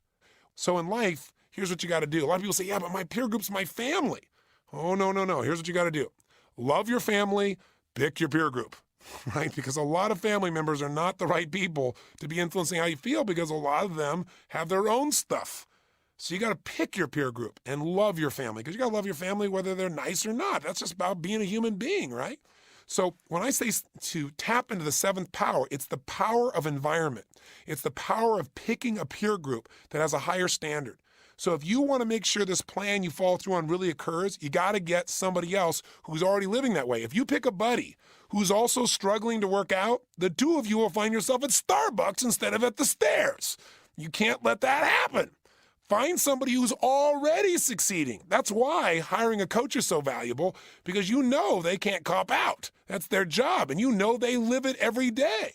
You got to get around people with a higher standard. Now, if you get that person and you take your friend with you, and the two of you have someone who's a higher standard, and you both care how they feel, or you've hired them so you have to follow through, then you got a different game, don't you? Then things are going to actually occur. That's why I so believe in coaching. I mean, my favorite thing is to make sure that when somebody has an immersion program like this, there's someone to walk you through making sure you take action. So I really encourage you to call our company and get yourself a coach. Start out for 90 days. At the end of 90 days, if you're not thrilled, you can end it. But you won't. You'll find these coaches will make a difference in your life long term. Because what coaches are people that have a higher standard and they have an entire focus to make sure you follow through, and you can't manipulate them. Because while they care about you, they care enough to not let you lie to yourself, not distort things. And they'll help you get disturbed if you're not. And they'll do it in a way that's elegant and respectful. They'll help you make these decisions. They basically get you to do these 7 steps on a regular basis instead of you hoping that it works out. So that's why coaching's so valuable. But you got to create an environment where you are reinforced for doing what it is you're really committed to. You've got to make that happen if you're going to succeed. And by the way, pick an environment that also reinforces you, like we talked about earlier, for the small wins. You got to have somebody that not only will challenge you, but you got to make sure you get rewarded. So if they don't do it for yourself.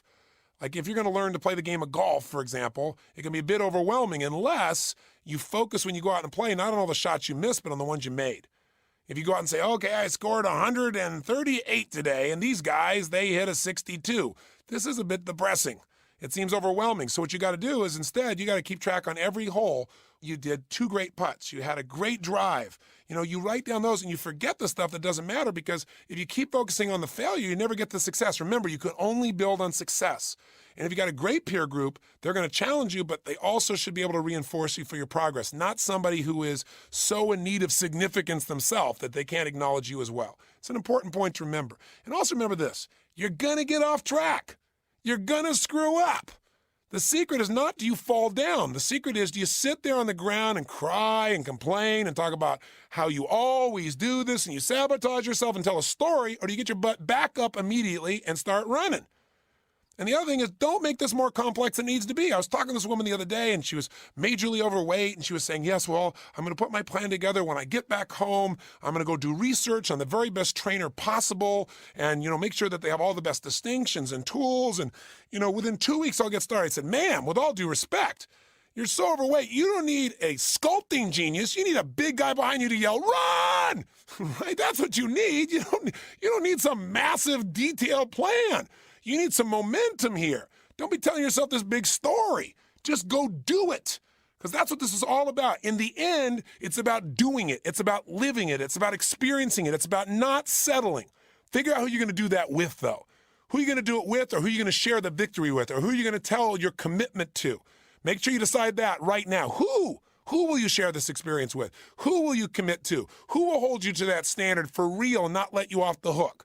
Who will be leading you by example and you will not want to lose face with, so you will follow through even when it's uncomfortable and it's uneasy, and therefore you'll achieve the experience called the real you, where your life reflects a person who lives at the edge. And I don't mean the edge of challenge. I mean the edge that reflects someone who is sharp, someone who can make anything they think about happen in their life, someone who knows that it's all about enjoying your life and producing the results. It's not about talking about the story about why it didn't happen, it can't happen now, and all the reasons.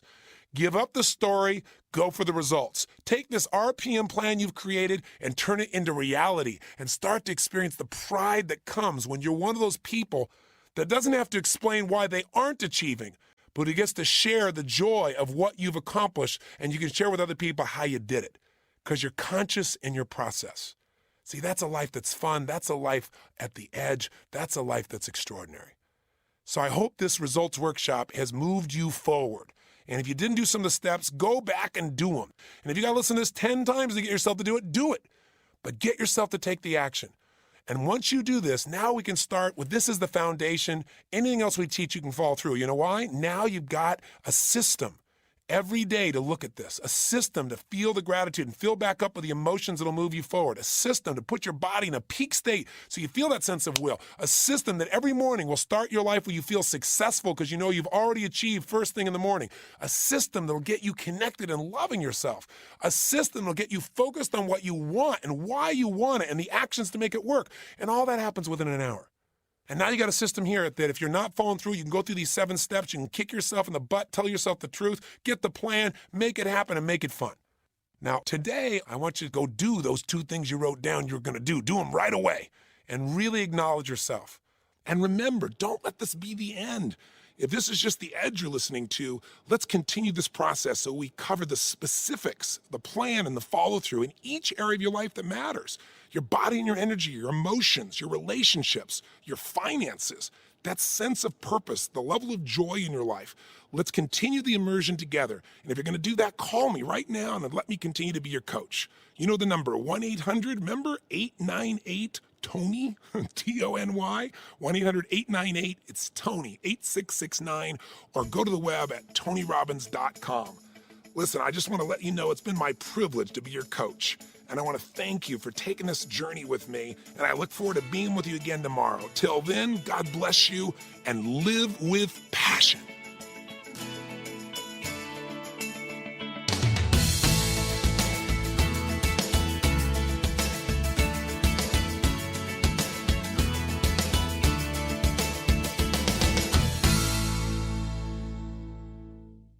Hey, it's Tony. Listen, I want to thank you for taking the time to listen to this program.